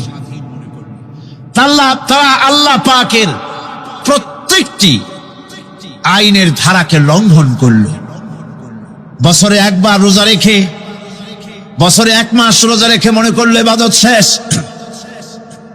5 ওয়াক্ত নামাজ পড়ে মনে করলো ইবাদত শেষ। আমি প্রশ্ন করি, 5 ওয়াক্ত নামাজের নামই যদি হয় ইবাদত, 5 ওয়াক্ত নামাজের নামই ইবাদত, এটাই যদি হয়, তাহলে 5 ওয়াক্ত নামাজ পড়তে সময় লাগে কত? উজু টুজু করে বড় জোর 1-1.5 ঘন্টা সময় লাগে 5 ওয়াক্ত নামাজ পড়তে। তো এর নাম যদি হয় ইবাদত, তার অর্থ কি দাঁড়াবে? অর্থ দাঁড়াবে আপনি 24 ঘন্টার ভিতরে 1 থেকে 1.5 ঘন্টার জন্য আল্লাহর গোলাম, বাকি 22 ঘন্টার জন্য শয়তানের গোলাম হতে কেউ রাজি আছেন? রোজার নামই যদি হয় শুধু ইবাদত, তাহলে তার অর্থ দাঁড়াবে বছরের ভিতরে একটা মাসের জন্য আপনি আল্লাহর গোলাম, আর 11 মাসের জন্য শয়তানের গোলাম হতে কেউ রাজি আছেন? তাহলে বিষয়টা কি? বিষয়টা হচ্ছে নামাজ, রোজা, হজ, যাকাতি শুধুমাত্র ইবাদত নয়, আনুষ্ঠানিক ইবাদত তো বটেই, কম্পালসারি ইবাদত তো বটেই, কিন্তু শুধুমাত্র নামাজ, রোজা, হজ, যাকাত ইবাদত শুধুমাত্র নয়, এগুলি হচ্ছে ইবাদতের পার্ট, ইবাদতের অংশ। বরং জীবনের সব ক্ষেত্রে আল্লাহর হুকুমকে মানার নামই হচ্ছে, ভাইরা আমার,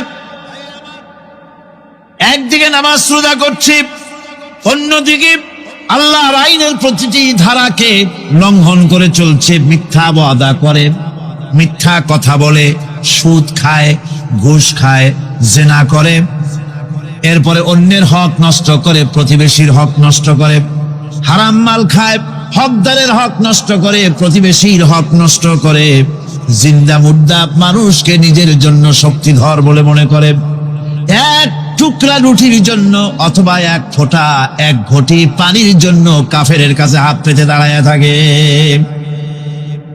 এই যদি অবস্থা হয়, এটাই যদি হয় ঈমান, আর এটার নামে যদি ইবাদত হয়, তাহলে এই পৃথিবীর মুসলমানের আজ লাঞ্ছিত কেন? আল্লাহর ওয়াদা কি মিথ্যা? নাউযুবিল্লাহি মিন যালিক। আমাদের ইবাদত যদি ঠিক হয়, যদি সত্যিকারের ইবাদত যদি আমরা করে থাকি, তাহলে ক্ষমতায় ইমানদারেরা নাই কেন? বিশ্ব জুড়ে মুসলমানেরা লাঞ্ছিত কেন? তাহলে বুঝতে হবে ইবাদতের মধ্যে বিরাট গরমিল করে ফেলেছি, ঠিক কিনা? লক্ষ্য করুন, সেই লোকটা হজ করতেছে, উমরা করতেছে, নামাজ পড়তেছে, মসজিদ মাদ্রাসায় চান্দা দিতেছে, ওই লোকটি আবার ব্যাংকের থেকে সুদের টাকা নিয়ে ব্যবসা চালাইতেছে।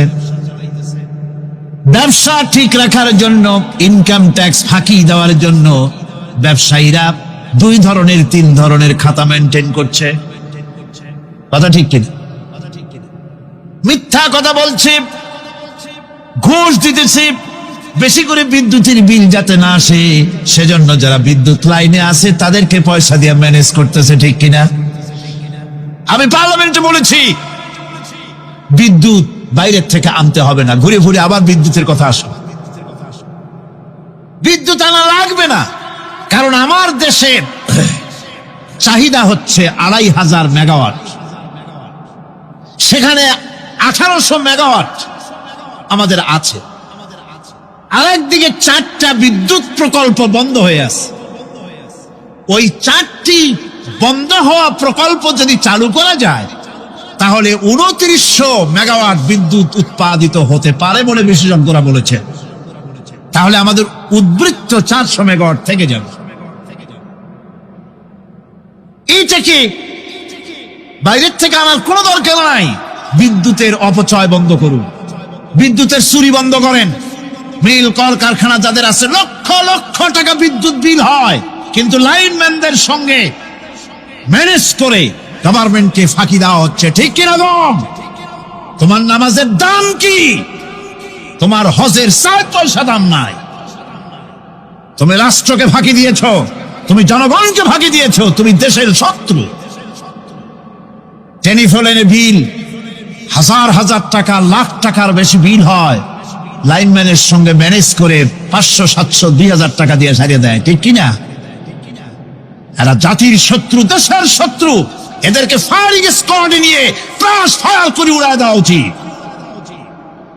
এরা দেশের দুশ্মন। আজ সিস্টেম লসের নাম দিয়া বিদ্যুৎ চুরির আরেক ব্যবস্থা করা হয়েছে। সিস্টেম লস করে ওনারা নিজেরা, আর এর ভোগান্তি জনগণকে করতে হয়। কসাইয়ের মতো ছুরি দিয়া জবাও করে জনগণের কাছ থেকে সিস্টেম লসের চার্জ আদায় করা হয়। আমি পার্লামেন্টে বলেছি, মাননীয় স্পিকার, সিস্টেম লস এই নামটা উঠায় দেন, এই প্রথা বন্ধ করে দিন। বিদ্যুৎ ধার করা লাগবে না, আল্লাহ আমাদের দেশে যথেষ্ট দিছে, কোনো জিনিসের অভাব নাই। এখানে গ্যাস আছে, তেল আছে, বিদ্যুৎ আছে, পাট আছে, চা আছে, নাই কি? অন্তত 8.5 কোটি টাকার কাগজ গুদামের মধ্যে বন্দী হয়ে আছে। ভারতকে ক্ষতি করার জন্য সে দেশ থেকে কাগজ এনে খবরের কাগজ ছাপানো হচ্ছে, আর 8.5 কোটি টাকার কাগজ নষ্ট হয়ে যাচ্ছে আমার দেশের কাগজ। সুতরাং বলতেছিলাম একথাই বলতেছিলাম যে ঈমান আল্লাহর গোলাম হতে হলে ভুল করে বসেছি ইবাদতের অর্থ করতে, শুধু নামাজ রোজা হজ যাকাত, মাজারে কিছু চান্দা দেওয়া, আগরবাতি মোমবাতি চাদর একটা দিয়া, পীর সাহেবরে 10,000 টাকা চান্দা দিয়া, মুছে তেল মাইখা দাঁত বাইর করে হাসে। বেহেশতে তো গেছি, আর দেরি কথা। বেহেশতে তুমি যাবা, এত সহজ? দেশকে ফাঁকি দিছো, দেশকে ফাঁকি দিয়েছো,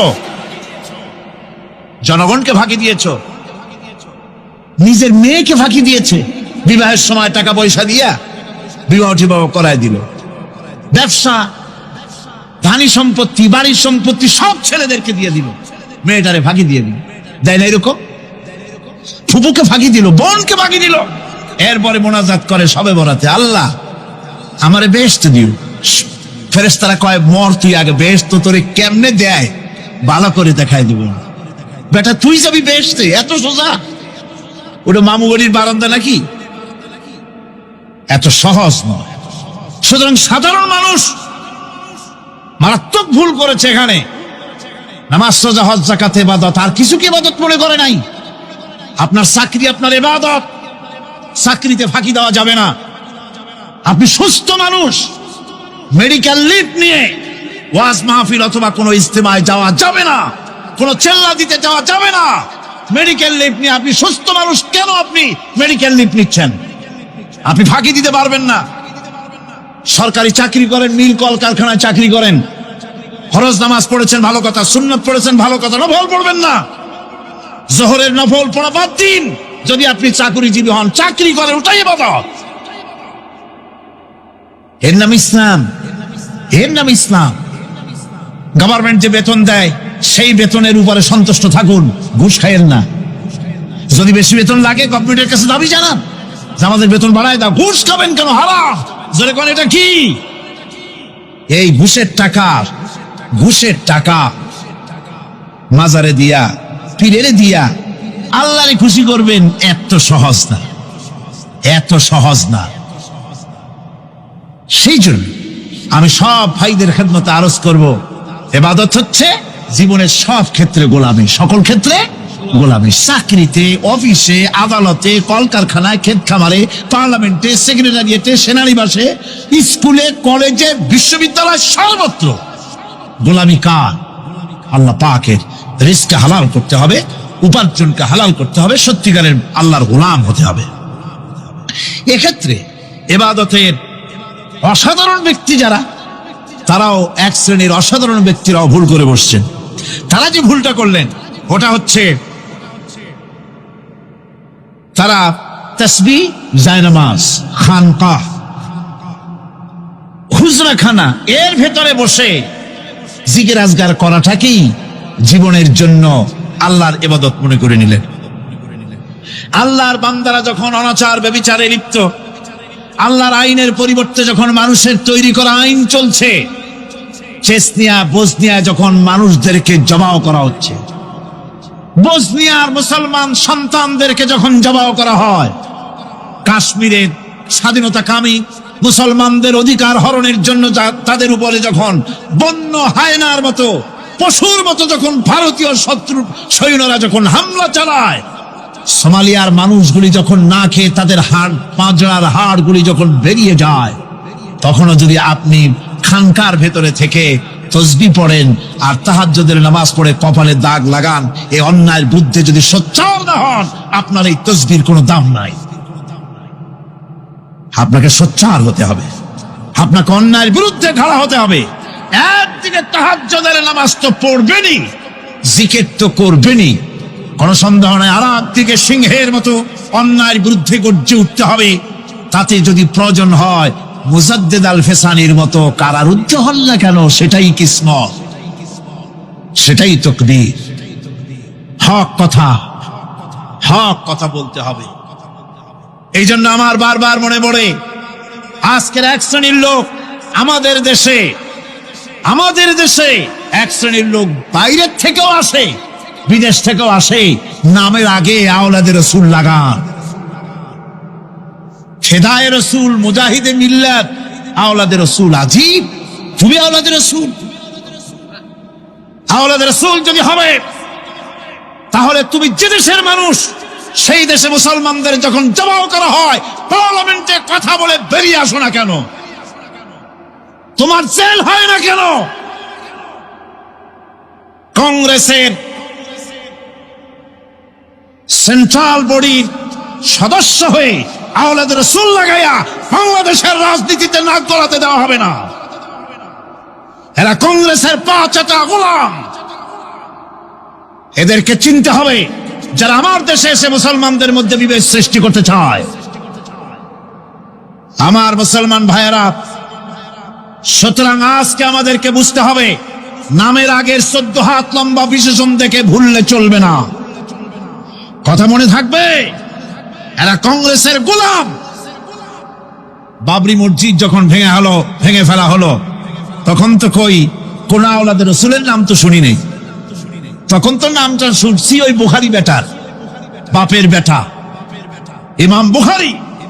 তিনি বলেছেন, আমি ভারতের দিল্লির জুমা মসজিদের ইমাম শুধু নই, আমি ভারতের 18 কোটি মুসলমানের ইমাম।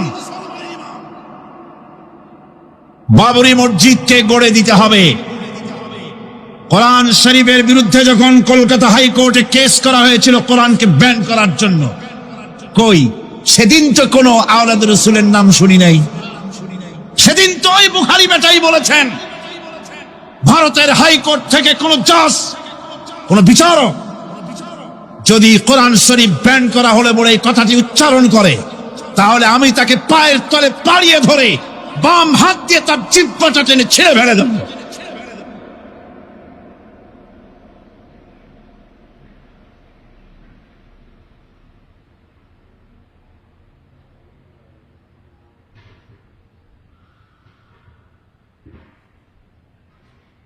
বন্ধুগণ,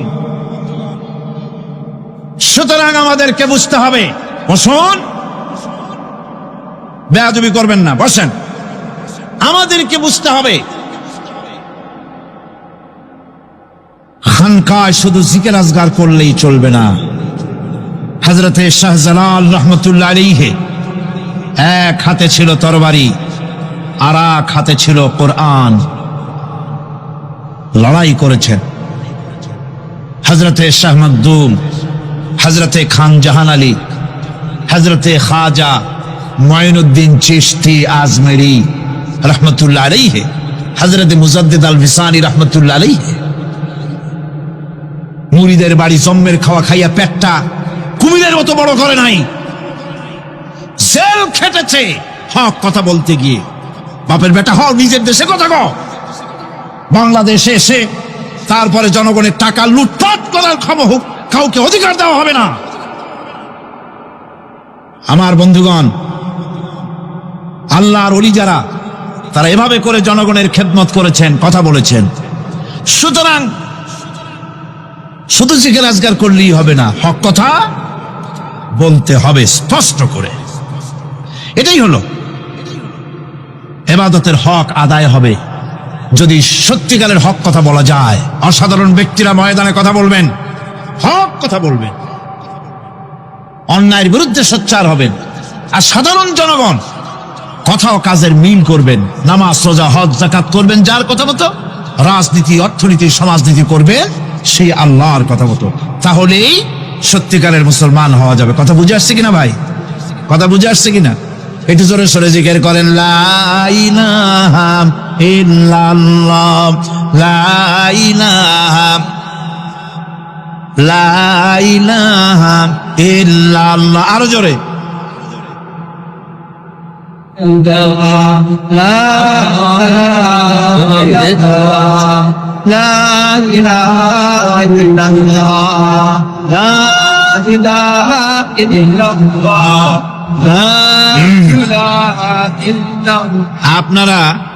আপনারা যদি মাথা উঠাইয়া দেখতে থাকেন তো কি দেখবেন? মানুষের মাথা আর টুপি ছাড়া তো কিছুই দেখা যাবে না।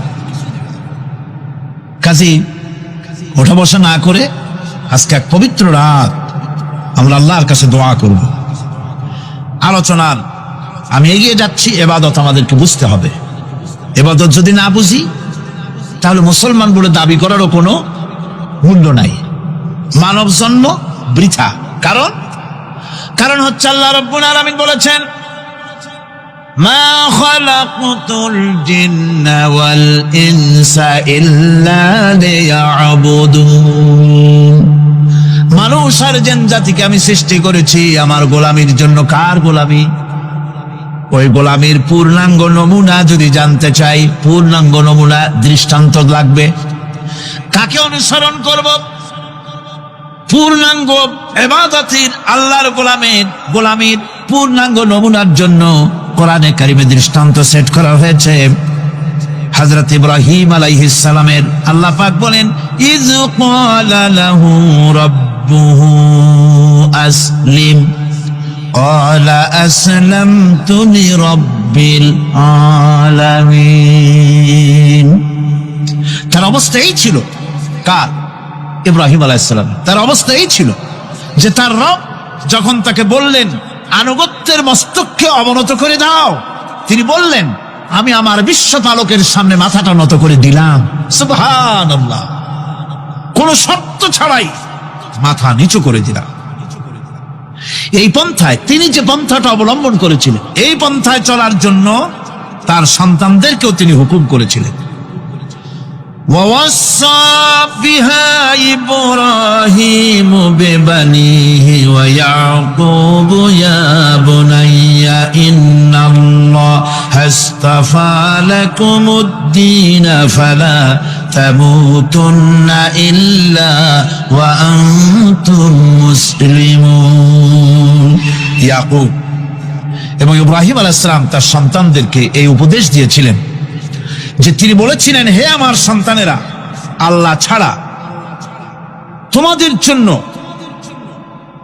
আল্লাহ পাক এই দ্বীনকে মনোনীত করেছেন। আল্লাহ পাকের আনুগত্য করবে, তার দ্বীনের প্রতি সারেন্ডার করবে। আর খবরদার মুসলমান না হয়ে যেন তোমরা মরে যেও না। মৃত্যু মুসলমান অবস্থায় থাকবে, অর্থাৎ মৃত্যু পর্যন্ত থাকবে কি অবস্থায়? মুসলমান অবস্থায়। أم كنتم شهداء إذ حضر يعقوب الموت إذ قال لبنيه ما تعبدون من بعدي। ইয়াকুব আলাইহিস সালাম তার মৃত্যুর সময় জিজ্ঞেস করেছিলেন, ও আমার সন্তানেরা, আমার মৃত্যুর পরে তোমরা কার ইবাদত করবে, তার কার গোলামি করবে? তারা জবাব দিলেন, قالوا نعبد إلهك وإله آبائك إبراهيم وإسماعيل وإسحاق إلها واحدا ونحن له মুসলিমুন। নিঃসন্দেহে আমরা ইবাদত করব, গোলামি করব আপনার রবের, আপনার পিতার রবের, এবং আল্লাহর ইবাদত করব। আপনিও আপনার পূর্বপুরুষ ইব্রাহিম ইসমাইল যে আল্লাহকে ইবাদত করেছে, সে আল্লাহ পাকের ইবাদত আমরা করব এবং তার অনুগত হয়ে থাকব। দাসত্ব এবং দাসত্বের গোলামির পূর্ণাঙ্গ নমুনা হচ্ছেন হযরত ইব্রাহিম আলাইহিস সালাম। আল্লাহর গোটা জমিন যখন শিরকের অন্ধকারে ডুবে গিয়েছিল, তখন হযরত ইব্রাহিম আলাইহিস সালাম তাওহীদের আলো জ্বালিয়ে দিয়েছিলেন। এই নিবেদিতদের ইমাম হিসাবে আল্লাহ পাক তাকে ঘোষণা দিলেন। কোরআনে কারীম বলছে, وَإِذَا ابْتَلَى إِبْرَاهِيمَ رَبُّهُ بِكَلِمَاتٍ فَأَتَمَّهُنَّ قَالَ إِنِّي جَاعِلُكَ لِلنَّاسِ إِمَامًا। ইব্রাহিমকে তার রব কয়েকটি বাক্য দিয়ে পরীক্ষা করলেন এবং তিনি সেই পরীক্ষাগুলোতে পাশ করলেন। তখন আল্লাহ রাব্বুল আলামিন তাকে বললেন যে আমি তোমাকে গোটা বিশ্ব মানবতার জন্য, গোটা বিশ্বের সমস্ত মানুষের জন্য আমি তোমাকে নেতা বানাবো। সুবহানাল্লাহি ওয়া বিহামদিহি। প্রথম পরীক্ষা হলো গতকাল বলেছি সে আগুনের পরীক্ষা, সেখানে আল্লাহ পাক তাকে পাশ করালেন, তিনি পাশ করলেন। দ্বিতীয় পরীক্ষা ছিল বিবি এবং নবজাতক সন্তানকে নিয়ে আল্লাহ হুকুম করলেন এই বিবি আর বাচ্চারে নিয়ে মরুভূমিতে রেখে আসো। মরুভূমিতে যেখানে ঘর নাই বাড়ি নাই সেই জায়গায় বিবি এবং বাচ্চাকে রেখে যাওয়ার সময় তিনি বললেন, রব্বানা ইন্নী আসকানতু মিন যুররিয়াতি বিওয়াদিন গায়রি যী যারইন ইনদা বাইতিকাল মুহাররাম। হায় আল্লাহ রাব্বুল আলামিন, আমি পানি এবং তরুলতাবিহীন এক মরুভূমির ভিতরে আমার বংশের একটি অংশকে এখানে রেখে গেলাম। তোমার ঘরের কাছে পুনর্বাসিত আমি তাদের কাছে, এই ঘরের কাছে, সম্মানিত ঘরের কাছে রেখে গেলাম। পরীক্ষায় তিনি পাশ করলেন। হযরতে হাজেরা প্রশ্ন করলেন, ইব্রাহিম, পানি নাই, খাবার নাই, মানুষ নাই, ঘর নাই, বাড়ি নাই, মরুভূমির ভিতরে আমাকে আর আমার বাচ্চারে ফেলে রেখে যাচ্ছ কেন? কোনো জবাব নাই। দুইবার তিনবার প্রশ্ন করলেন। এরপরে তিনি আবার প্রশ্ন করলেন, বললেন, ইব্রাহিম, এটা কি আল্লাহর হুকুম নাকি? হযরত ইব্রাহিম আলাইহিস সালাম নিজের কলিজার টুকরা সন্তান আর বিবিকে রেখে যেতেছেন ভারাক্রান্ত মন নিয়ে। তিনি আকাশের দিকে আঙ্গুল উঁচু করে দেখালেন। হযরত হাজেরা বুঝলেন ইনি তো আল্লাহর পয়গম্বর, আমার কোন অপরাধে এভাবে ফেলে যাওয়ার কথা নয়। তিনি বুঝলেন এটা আল্লাহর হুকুম। হযরত হাজেরা বললেন, ইব্রাহিম রে, নিশ্চিন্ত মনে বাড়ি ফিরে যাও, আমার মনে কোনো চিন্তা নাই, কোনো পেরেশানি আর এখন নাই। আল্লাহর হুকুমে যদি আমাকে এই মরুভূমির ভিতরে ফেলে যেয়ে থাকো, তাহলে আমি ওই আল্লাহর প্রতি এতটা ভরসা রাখি যে এই মরুভূমির ভিতরে জল পানি শূন্য, খাদ্য শূন্য জায়গায় আমি আমার বাচ্চাকে আল্লাহ রব্বুল আলামিন না খাওয়াইয়া মারবেন না। দ্বিতীয় পরীক্ষায় পাশ করি। 3 নম্বরে পরীক্ষা হলো সন্তান বড় হয়ে গেছে, বুদ্ধি হয়েছে, দৌড়াতে পারে। আল্লাহ রাব্বুল আলামিন হুকুম করলেন ছেলেকে জবাহ করো। কত বড় আগুনের পরীক্ষা!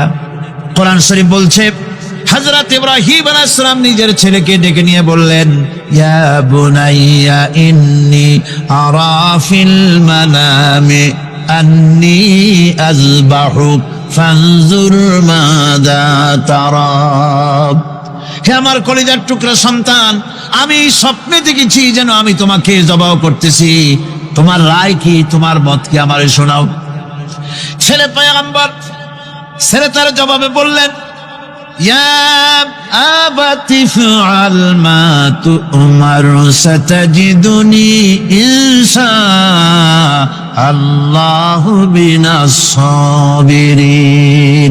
হে আমার আব্বাজান, আপনি যে ব্যাপারে স্বপ্নের ভিতরে আদিষ্ট হয়েছেন আপনি তা কার্যকরী করুন। আমাকে এতটুকু অধৈর্যের মধ্যে পাবেন না, আমাকে ধৈর্যশীলদের মধ্যে পাবেন। আমারে আপনি আল্লাহর হুকুম পালন করেন। আল্লাহ পাক শোনাচ্ছেন, ফালাম্মা আসলামা ওয়া তাল্লাহু লিল জাবিন। পিতা পুত্র দুজনই রাজি হয়ে গেল। পিতা তার ছেলেকে কাঁধ করে গলার উপরে ছুরি ধরেছেন। আল্লাহ রাব্বুল আলামিন ইসমাইল জবাহ হোক এটা আল্লাহ চান নাই, আল্লাহ চেয়েছেন পরীক্ষা করতে। পরীক্ষায় ইব্রাহিম পাশ হয়ে গেলেন। আল্লাহ পাক বলছেন, ওয়ানাদাইনাহু আইয়া ইব্রাহিম ক্বাদ সাদ্দাকতার রুইয়া ইন্না কাযালিকা নাজজিল মুহসিনিন। আমি ইব্রাহিমকে ডেকে বললাম, ইব্রাহিম, তুমি তোমার স্বপ্নকে বাস্তবে রূপ দিয়েছো, আর এভাবেই করি আমি মুহসিনিনদেরকে পুরস্কৃত করে থাকি। আল্লাহ পাক খুশি হলেন। আল্লাহ পাক বললেন, ইন্না হাযা লাবালাউল মুবিন। নিঃসন্দেহে এটি একটি বিরাট পরীক্ষা ছিল, ঠিক কি না গণ? আল্লাহ নিজে বলছেন এটা একটি বিরাট পরীক্ষা, আজিম ইমতিহান। সে ইমতিহানে তিনি পাশ করলেন। পরীক্ষায় উত্তীর্ণ হওয়ার জন্য রব্বুল আলামিন পুরস্কার দিয়া দিলেন। আল্লাহ পাক বললেন, সালামুন আলা ইব্রাহিম। পড়েন সবাই, সালামুন আলা ইব্রাহিম।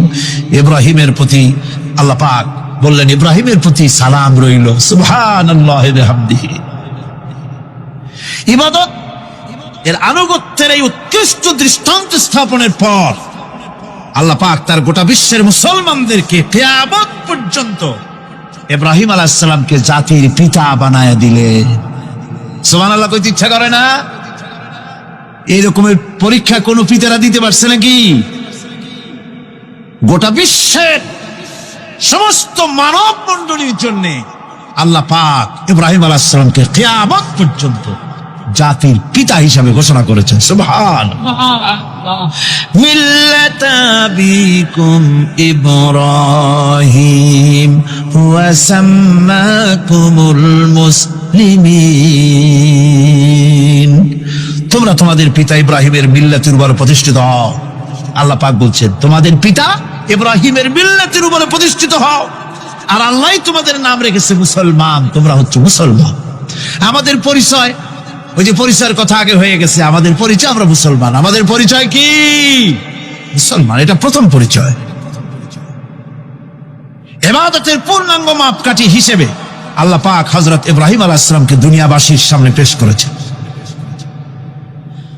কোরআন বলছে ইহুদি এবং খ্রিস্টানেরা মুসলমানদেরকে বিভ্রান্ত করতে চায়। তারা বলে ওয়াকালু কুনু হুদান আও নাসারা তাহতাদু কুল বাল মিল্লাতা ইব্রাহিম হানিফা ওয়া মা কানা মিনাল মুশরিকিন। ইহুদিরা বলে ইহুদি হও তবেই তোমরা সঠিক পথ পাবা, খ্রিস্টানের বলে খ্রিস্টান হও তবেই তোমরা সঠিক পথ প্রাপ্ত হবে। আল্লাহ পাক বলছেন এদের সকলকে বলে দাও বরং তোমরা সব পরিত্যাগ করে মিল্লাতে ইব্রাহিমের ভিতরে শামিল হয়ে যাও। এটাই মুক্তির পথ, এটাই নাজাতের পথ, এটাই আল্লাহর পথ। সুবহানাল্লাহি ওয়া বিহামদিহি। এমনকি রাসূল কারীম সাল্লাল্লাহু আলাইহি ওয়াসাল্লামকে আল্লাহ পাক বলেছেন আনিত্তাবি' মিল্লাতা ইব্রাহিম হানিফা, চারদিক থেকে মুখ ফিরিয়ে এনে মিল্লাতে ইব্রাহিমের ভিতরে শামিল হয়ে যাও, তারই অনুসরণ করো। রাসূল কারীম সাল্লাল্লাহু আলাইহি ওয়াসাল্লাম ইবাদত বা আনুগত্যের সর্বোৎকৃষ্ট নমুনা হওয়ার কারণে ইব্রাহিম আলাইহিস সালাম সম্পর্কে হুজুর বলেছেন ইন্না ইব্রাহিমা খায়রুল বারিয়া, রাওয়াহু মুসলিম। রাসূল সাল্লাল্লাহু আলাইহি ওয়াসাল্লাম বলেছেন ইব্রাহিম হচ্ছেন জগতের সর্বোত্তম ব্যক্তি। সুবহানাল্লাহ। সুতরাং আমাদেরকে ইবাদতের নমুনা হিসেবে ইব্রাহিম আলাইহিস সালামকেও মানদণ্ড হিসেবে দেখতে হবে যে কিভাবে তিনি সারেন্ডার করেছিলেন আল্লাহ পাকের দরবারে। এখন আমি আপনাদের সামনে বলতে চাই, মানুষের জীবনে সবচাইতে বড় দুটি চাহিদা আছে, একটা হচ্ছে খাদ্য আর একটা হচ্ছে নিরাপত্তা। একটা খাদ্য আর একটা কি? নিরাপত্তা। পেট ভরে খাইতে চাই আর চোর ডাকাতের উপদ্রব থেকে নিরাপত্তা পেতে চায়। আইন শৃঙ্খলা পরিস্থিতির উপরে যখন পার্লামেন্টে আলোচনা হচ্ছিল, আমি তখন বলেছি মাননীয় স্পিকার, আমার দেশের সাধারণ ভোটারদের বড় কোনো আশা আকাঙ্ক্ষা নাই। তারা কোনোদিন বলে না যে আমাদের গুলশানে বাড়ি দিতে হবে সকলে, আমাদেরকে মঙ্গল গ্রহে অফিস বানায় দিতে হবে, বাসেরও গাড়ি দিতে হবে। এগুলি তারা দাবি করে না। যারা ভোট দেয়, কষ্ট করে, মিছিল করে, এই সাধারণ জনগণের দাবি হচ্ছে মিনিমাম দাবি, খুবই কম। তাদের দাবি হলো মোটা সুতার কাপড় চাই ইজ্জত ঢাকার জন্য, পেট ভরে খেতে চাই, পোলাও কোরমা বিরিয়ানির দরকার নাই, আর আশ্রয়ের জন্য ছোট্ট একটু ঘর চাই, চোর ডাকাতের উপদ্রব থেকে নিরাপত্তা চাই। কথা ঠিক কিনা? আমি বললাম স্পিকার সাহেব, আজ পর্যন্ত যতগুলি গভর্নমেন্ট এসেছে বাংলাদেশে, প্রত্যেকটি গভর্নমেন্ট আমার দেশের জনগণের এই ন্যূনতম দাবি, এই আশা পূরণ করতে ব্যর্থতার পরিচয় দিয়েছে। কেউ পারে নাই। যারাই গেছে তারাই তাদের নিজেদের আখের গোছাবার চেষ্টা করেছেন। সব নিজেকে নিয়ে ব্যস্ত, নিজের লোকদের নিয়ে ব্যস্ত, জনগণ নিয়ে চিন্তা নাই। সুতরাং মানুষের চাহিদা হচ্ছে খাদ্য আর নিরাপত্তা। আমরা কি খাদ্য আর নিরাপত্তা সত্যি কি চাই? চাই। খাদ্য যদি চাই ক্ষুধার সময়, নিরাপত্তা যদি চাই ভীতির সময়, আল্লাহ রাব্বুল আলামিন বলেন কোন গভর্নমেন্ট দিতে পারবে না, দুনিয়ায় কেউ দিতে পারে নাই, পারবেও না। ক্ষুধার সময় যদি খাদ্য চাও, ভীতির সময় যদি নিরাপত্তা লাভ করতে চাও, তাহলে ফালিয়াবুদু রাব্ব হাযাল বাইত, এই ঘরের মালিকের ইবাদত কর। কোন ঘর? কাবা ঘর। বলেন কোন ঘর? কাবা ঘর। কাবা শরীফের মালিকের ইবাদত কর। তাহলে কি হবে? আল্লাযী আত'আমাহুম মিন জু'ইন ওয়া আমানাহুম মিন খাউফ। এই ঘরের মালিকের ইবাদত যদি করো, তাহলে ক্ষুধার সময় তিনি তোমাদেরকে খেতে দিবেন, আর ভীতির সময় তিনি তোমাদের নিরাপত্তা দান করবেন। এ ওয়াদা কার? চিল্লায় বলেন ওয়াদা কার? আল্লাহ পাকের ওয়াদা। বিশ্বাস হলো না? এমনই পোড়া কপালের মুসলমান। নির্বাচন যখন আসলো, সলিমউদ্দিন সাহেব আসতেন মঞ্চের উপরে, পরিচয় করানো হচ্ছে।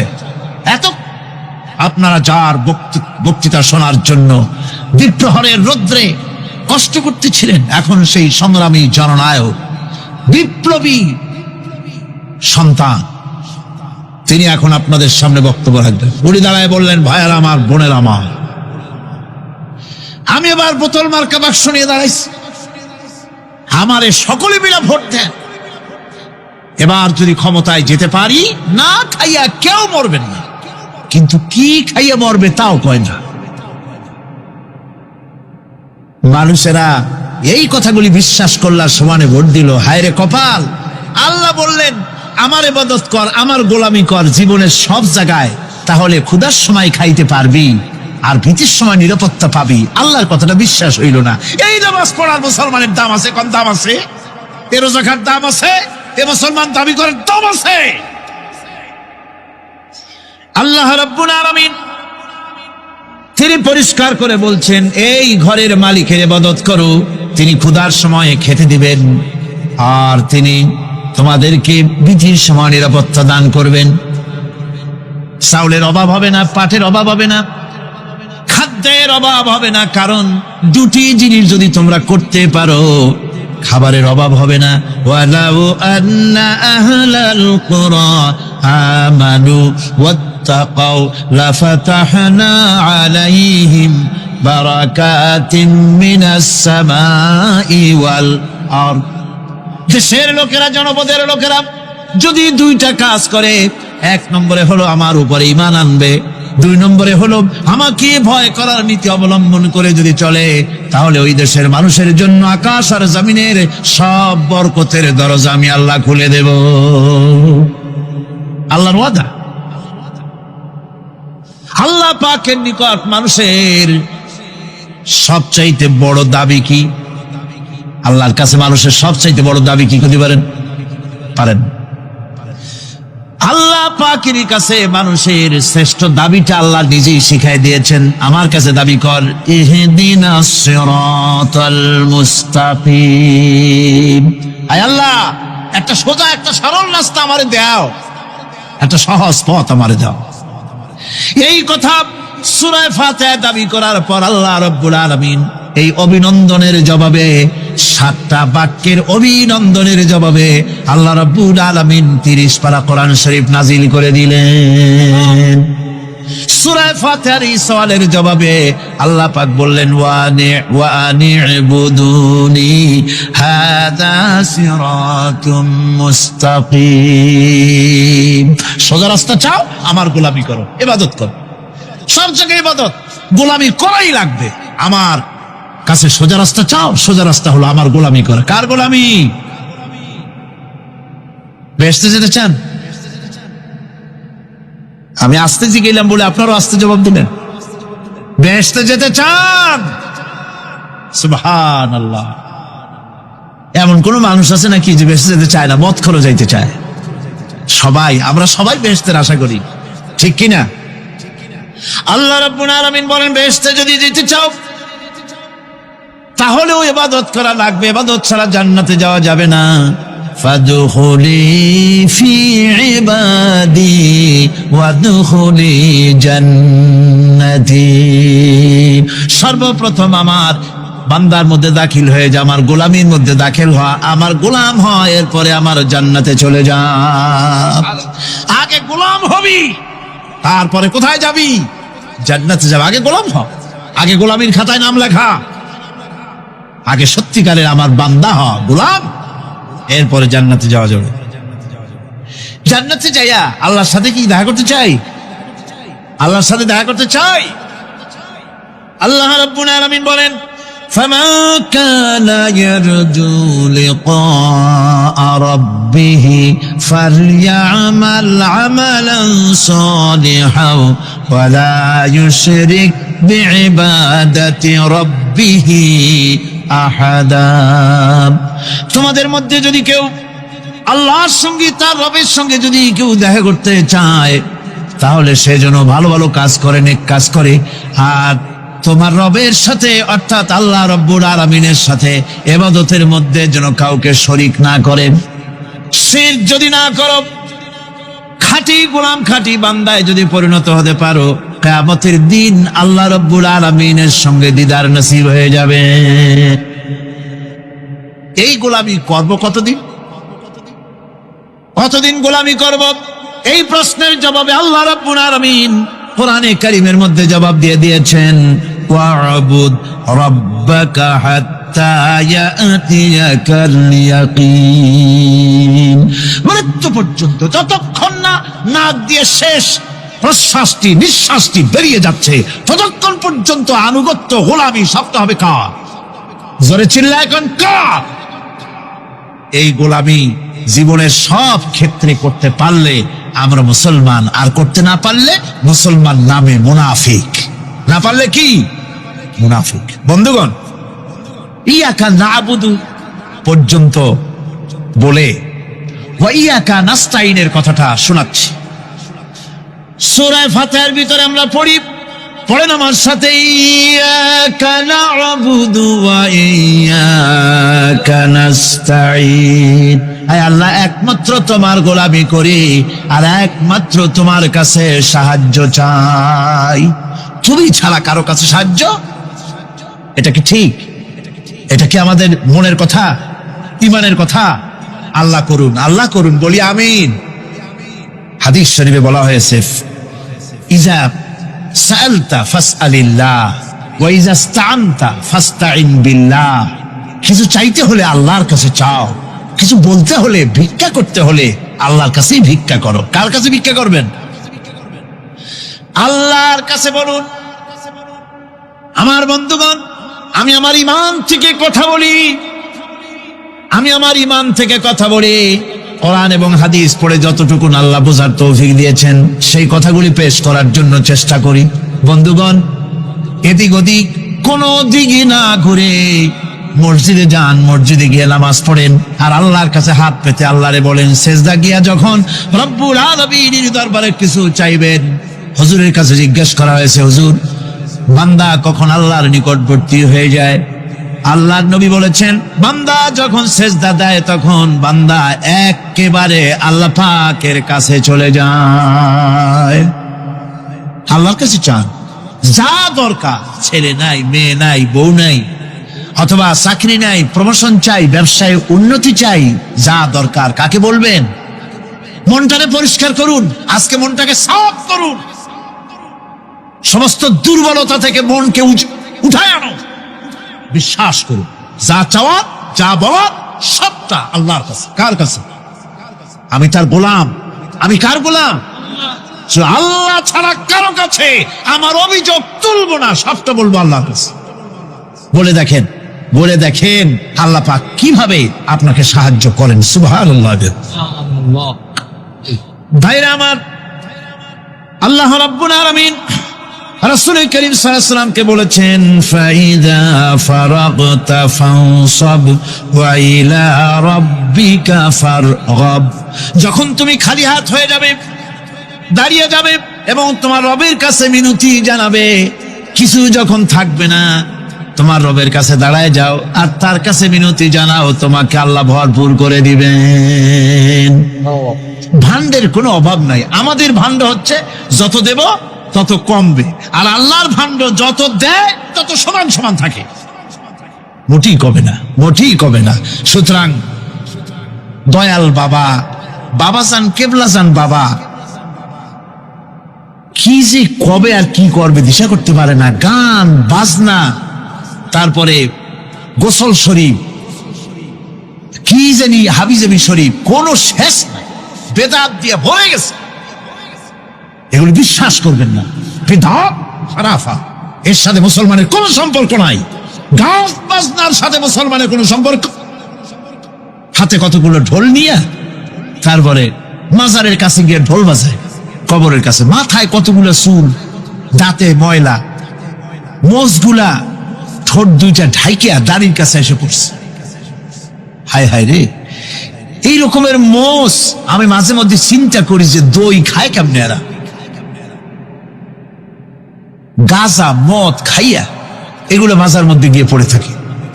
আর কি জানি আছে ওইটারে ঘষে এলো আর বলে মদিনা যাব কেমনে, মদিনা যাব কেমন। তুই মদিনা যাবি কেমনে? মদ খেয়ে গাঁজা খেয়ে তুই যাবি মদিনা? একটা কথা হইলো?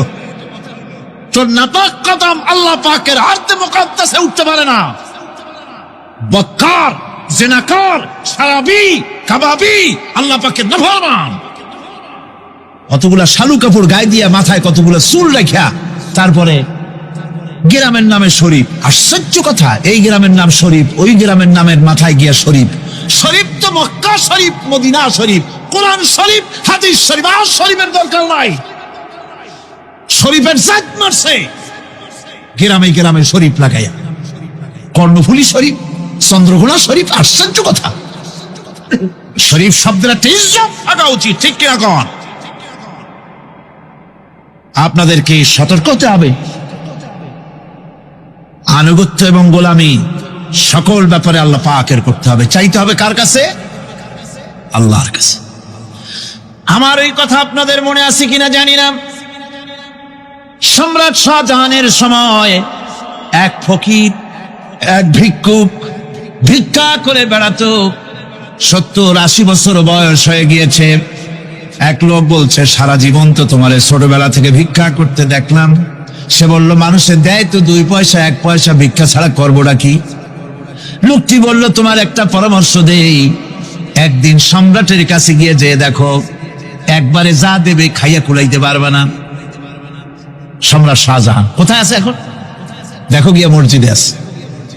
লোকটি মসজিদের বাইরে গিয়ে দেখে সম্রাট একা হাত তুলে বসে আছে, চোখ থেকে পানি পড়তেছে দর দর করে, দাড়ি ভিজে জামায় পড়তেছে। বহুক্ষণ দাঁড়িয়ে আছে। এরপরে সম্রাট তার মুনাজাত শেষ করে বেরিয়ে আসছেন। ফকিরের সঙ্গে দেখা। ফকির বলল, আসসালামু আলাইকুম। তিনি বললেন, ওয়ালাইকুম আসসালাম ওয়া রাহমাতুল্লাহ। ফকির রওনা করেছে। বাদশা বলছে, তুমি তো একজন ভিক্ষুক মানুষ বলি মনে হয়, আমার কাছে তো কেউ কিছু না চাইয়া যায় না, তুমি যে কিছু না চেয়েই চলে যাচ্ছ।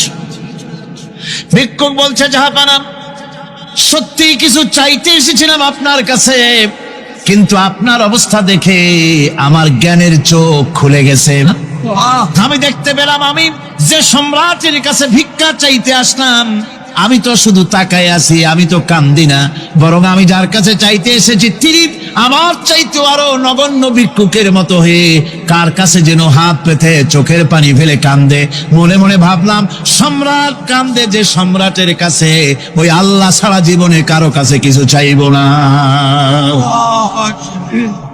আল্লাহর কাছে চাওয়ার অভ্যাস করুন, তিনি দিতে পারেন, সবকিছু তার আছে। এই বিশ্বাস মনের ভিতরে জমাতে হবে, তাহলেই সত্যিকারের মুসলমান আমরা হব। আল্লাহ পাক সত্যিকারের গোলাম আমাদেরকে বানাবেন। আমরা বলি আমিন। মুনাফিকদের আরেকটা চরিত্র হলো, তারা যদি আজান শুনতে পায় না, আজান এবং নামাজ সম্পর্কে তারা কটূক্তি করে, আজান এবং নামাজ সম্পর্কে তারা কটূক্তি করতে থাকে। এটা হলো মুনাফিকদের আরেকটা চরিত্র। আল্লাহ রাব্বুল আলামিন বলেন, وَإِذَا نَادَيْتُمْ إِلَى الصَّلَاةِ اتَّخَذُوهَا هُزُوًا وَلَعِبًا। যখন আযান তারা শুনে যখন নামাজের দিকে তখন তাদেরকে ডাকা হয় তখন তারা ঠাট্টা করে, বিদ্রুপ করে। আরেকটি চরিত্র হলো সমাজের ভিতরে অশ্লীলতা বাড়াবার জন্য তারা প্রচেষ্টা চালায়। ইন্নাল্লাযীনা ইউহিব্বুনা আন তাশিআল ফাহিশাতু ফিল্লাযীনা আমানু লাহুম আযাবুন আলীম। ঈমানদার লোকদের মধ্যে অশ্লীলতা এরা বেশি করে ছড়াবার জন্য চেষ্টা করে, মানুষকে দুশ্চরিত্র বানাবার জন্য তারা চেষ্টা করে। এইভাবে করে রেডিওর মাঝে, সিনেমার ভিতরে, গানের মাধ্যমে, যাত্রার মাধ্যমে, পত্রপত্রিকার মাধ্যমে নানান ভাবে চেষ্টা চালায় যাতে করে মুসলমানদের মধ্যে চরিত্রহীনতা বাড়তে থাকে, শয়তানি বদমাশি বাড়ে, মানুষ চরিত্রবান হতে পারে এমন কিছু প্রদর্শিত হবে না, বরং প্রদর্শিত হবে মুনাফিকরা চেষ্টাই চালাবে যাতে করে মানুষের দ্বীন ও ঈমান নষ্ট হতে পারে, সেগুলি তারা করতে থাকবে। এগুলি হলো মুনাফিকের চরিত্র। এগুলি কি চরিত্র? পাপের কাজ যদি দেখে তড়িৎ গতিতে ওরা ঝাঁপিয়ে পড়ে। কোরআনে কারিমে রব্বুল আলামিন বলেন, ওয়াতারা কাসীরাম মিনহুম ইউসারিউনা ফিল ইসমি ওয়াল উদওয়ান। মুনাফিকদের চরিত্র এটাও যে তারা যখনই সুযোগ পায় তখনই খারাপ কাজের দিকে, মন্দ কাজের দিকে ঝাঁপায় পড়ে এবং মানুষদের মন্দের দিকে, গুনাহের দিকে, জুলুমের দিকে, অত্যাচারের দিকে তড়িৎ গতিতে তারা ধাপায় পড়ে। এটা হলো তাদের কাজ। মুনাফিকদের আরেকটা চরিত্র হচ্ছে তারা যদি নামাজ পড়তে দাঁড়ায়, নামাজ তারা পড়ে মানুষকে দেখাবার জন্যে, আল্লাহকে খুশি করার জন্য মুনাফিকরা নামাজ পড়ে না। কোরআনে কারিমে বলা হচ্ছে, ওয়াইদা কামু ইলাস সালাতি কামু কুসালা ইউরাউনান নাস। মুনাফিকদের চরিত্র হচ্ছে তারা নামাজে যায় না, যদি যায় তাহলে নামাজের মধ্যে দাঁড়ায় কাহিনী এবং চুস্তি অবস্থায়, নামাজের মধ্যে দাঁড়ায় ইদিক ইদিক তাকায়, টুপিটা ঠিক করে, জামাটায় টান দেয়, বগলে চুলকায়, তারপরে নামাজের মধ্যে ইমামকে সতর্ক করে। ইমাম যদি তাশাহুদ পড়তে দেরি করে, ওর নিজের পড়া আগে হয়ে গেছে, ইমাম একটু দেরি করতেছে তো পিছন থেকে সিগন্যাল মারে।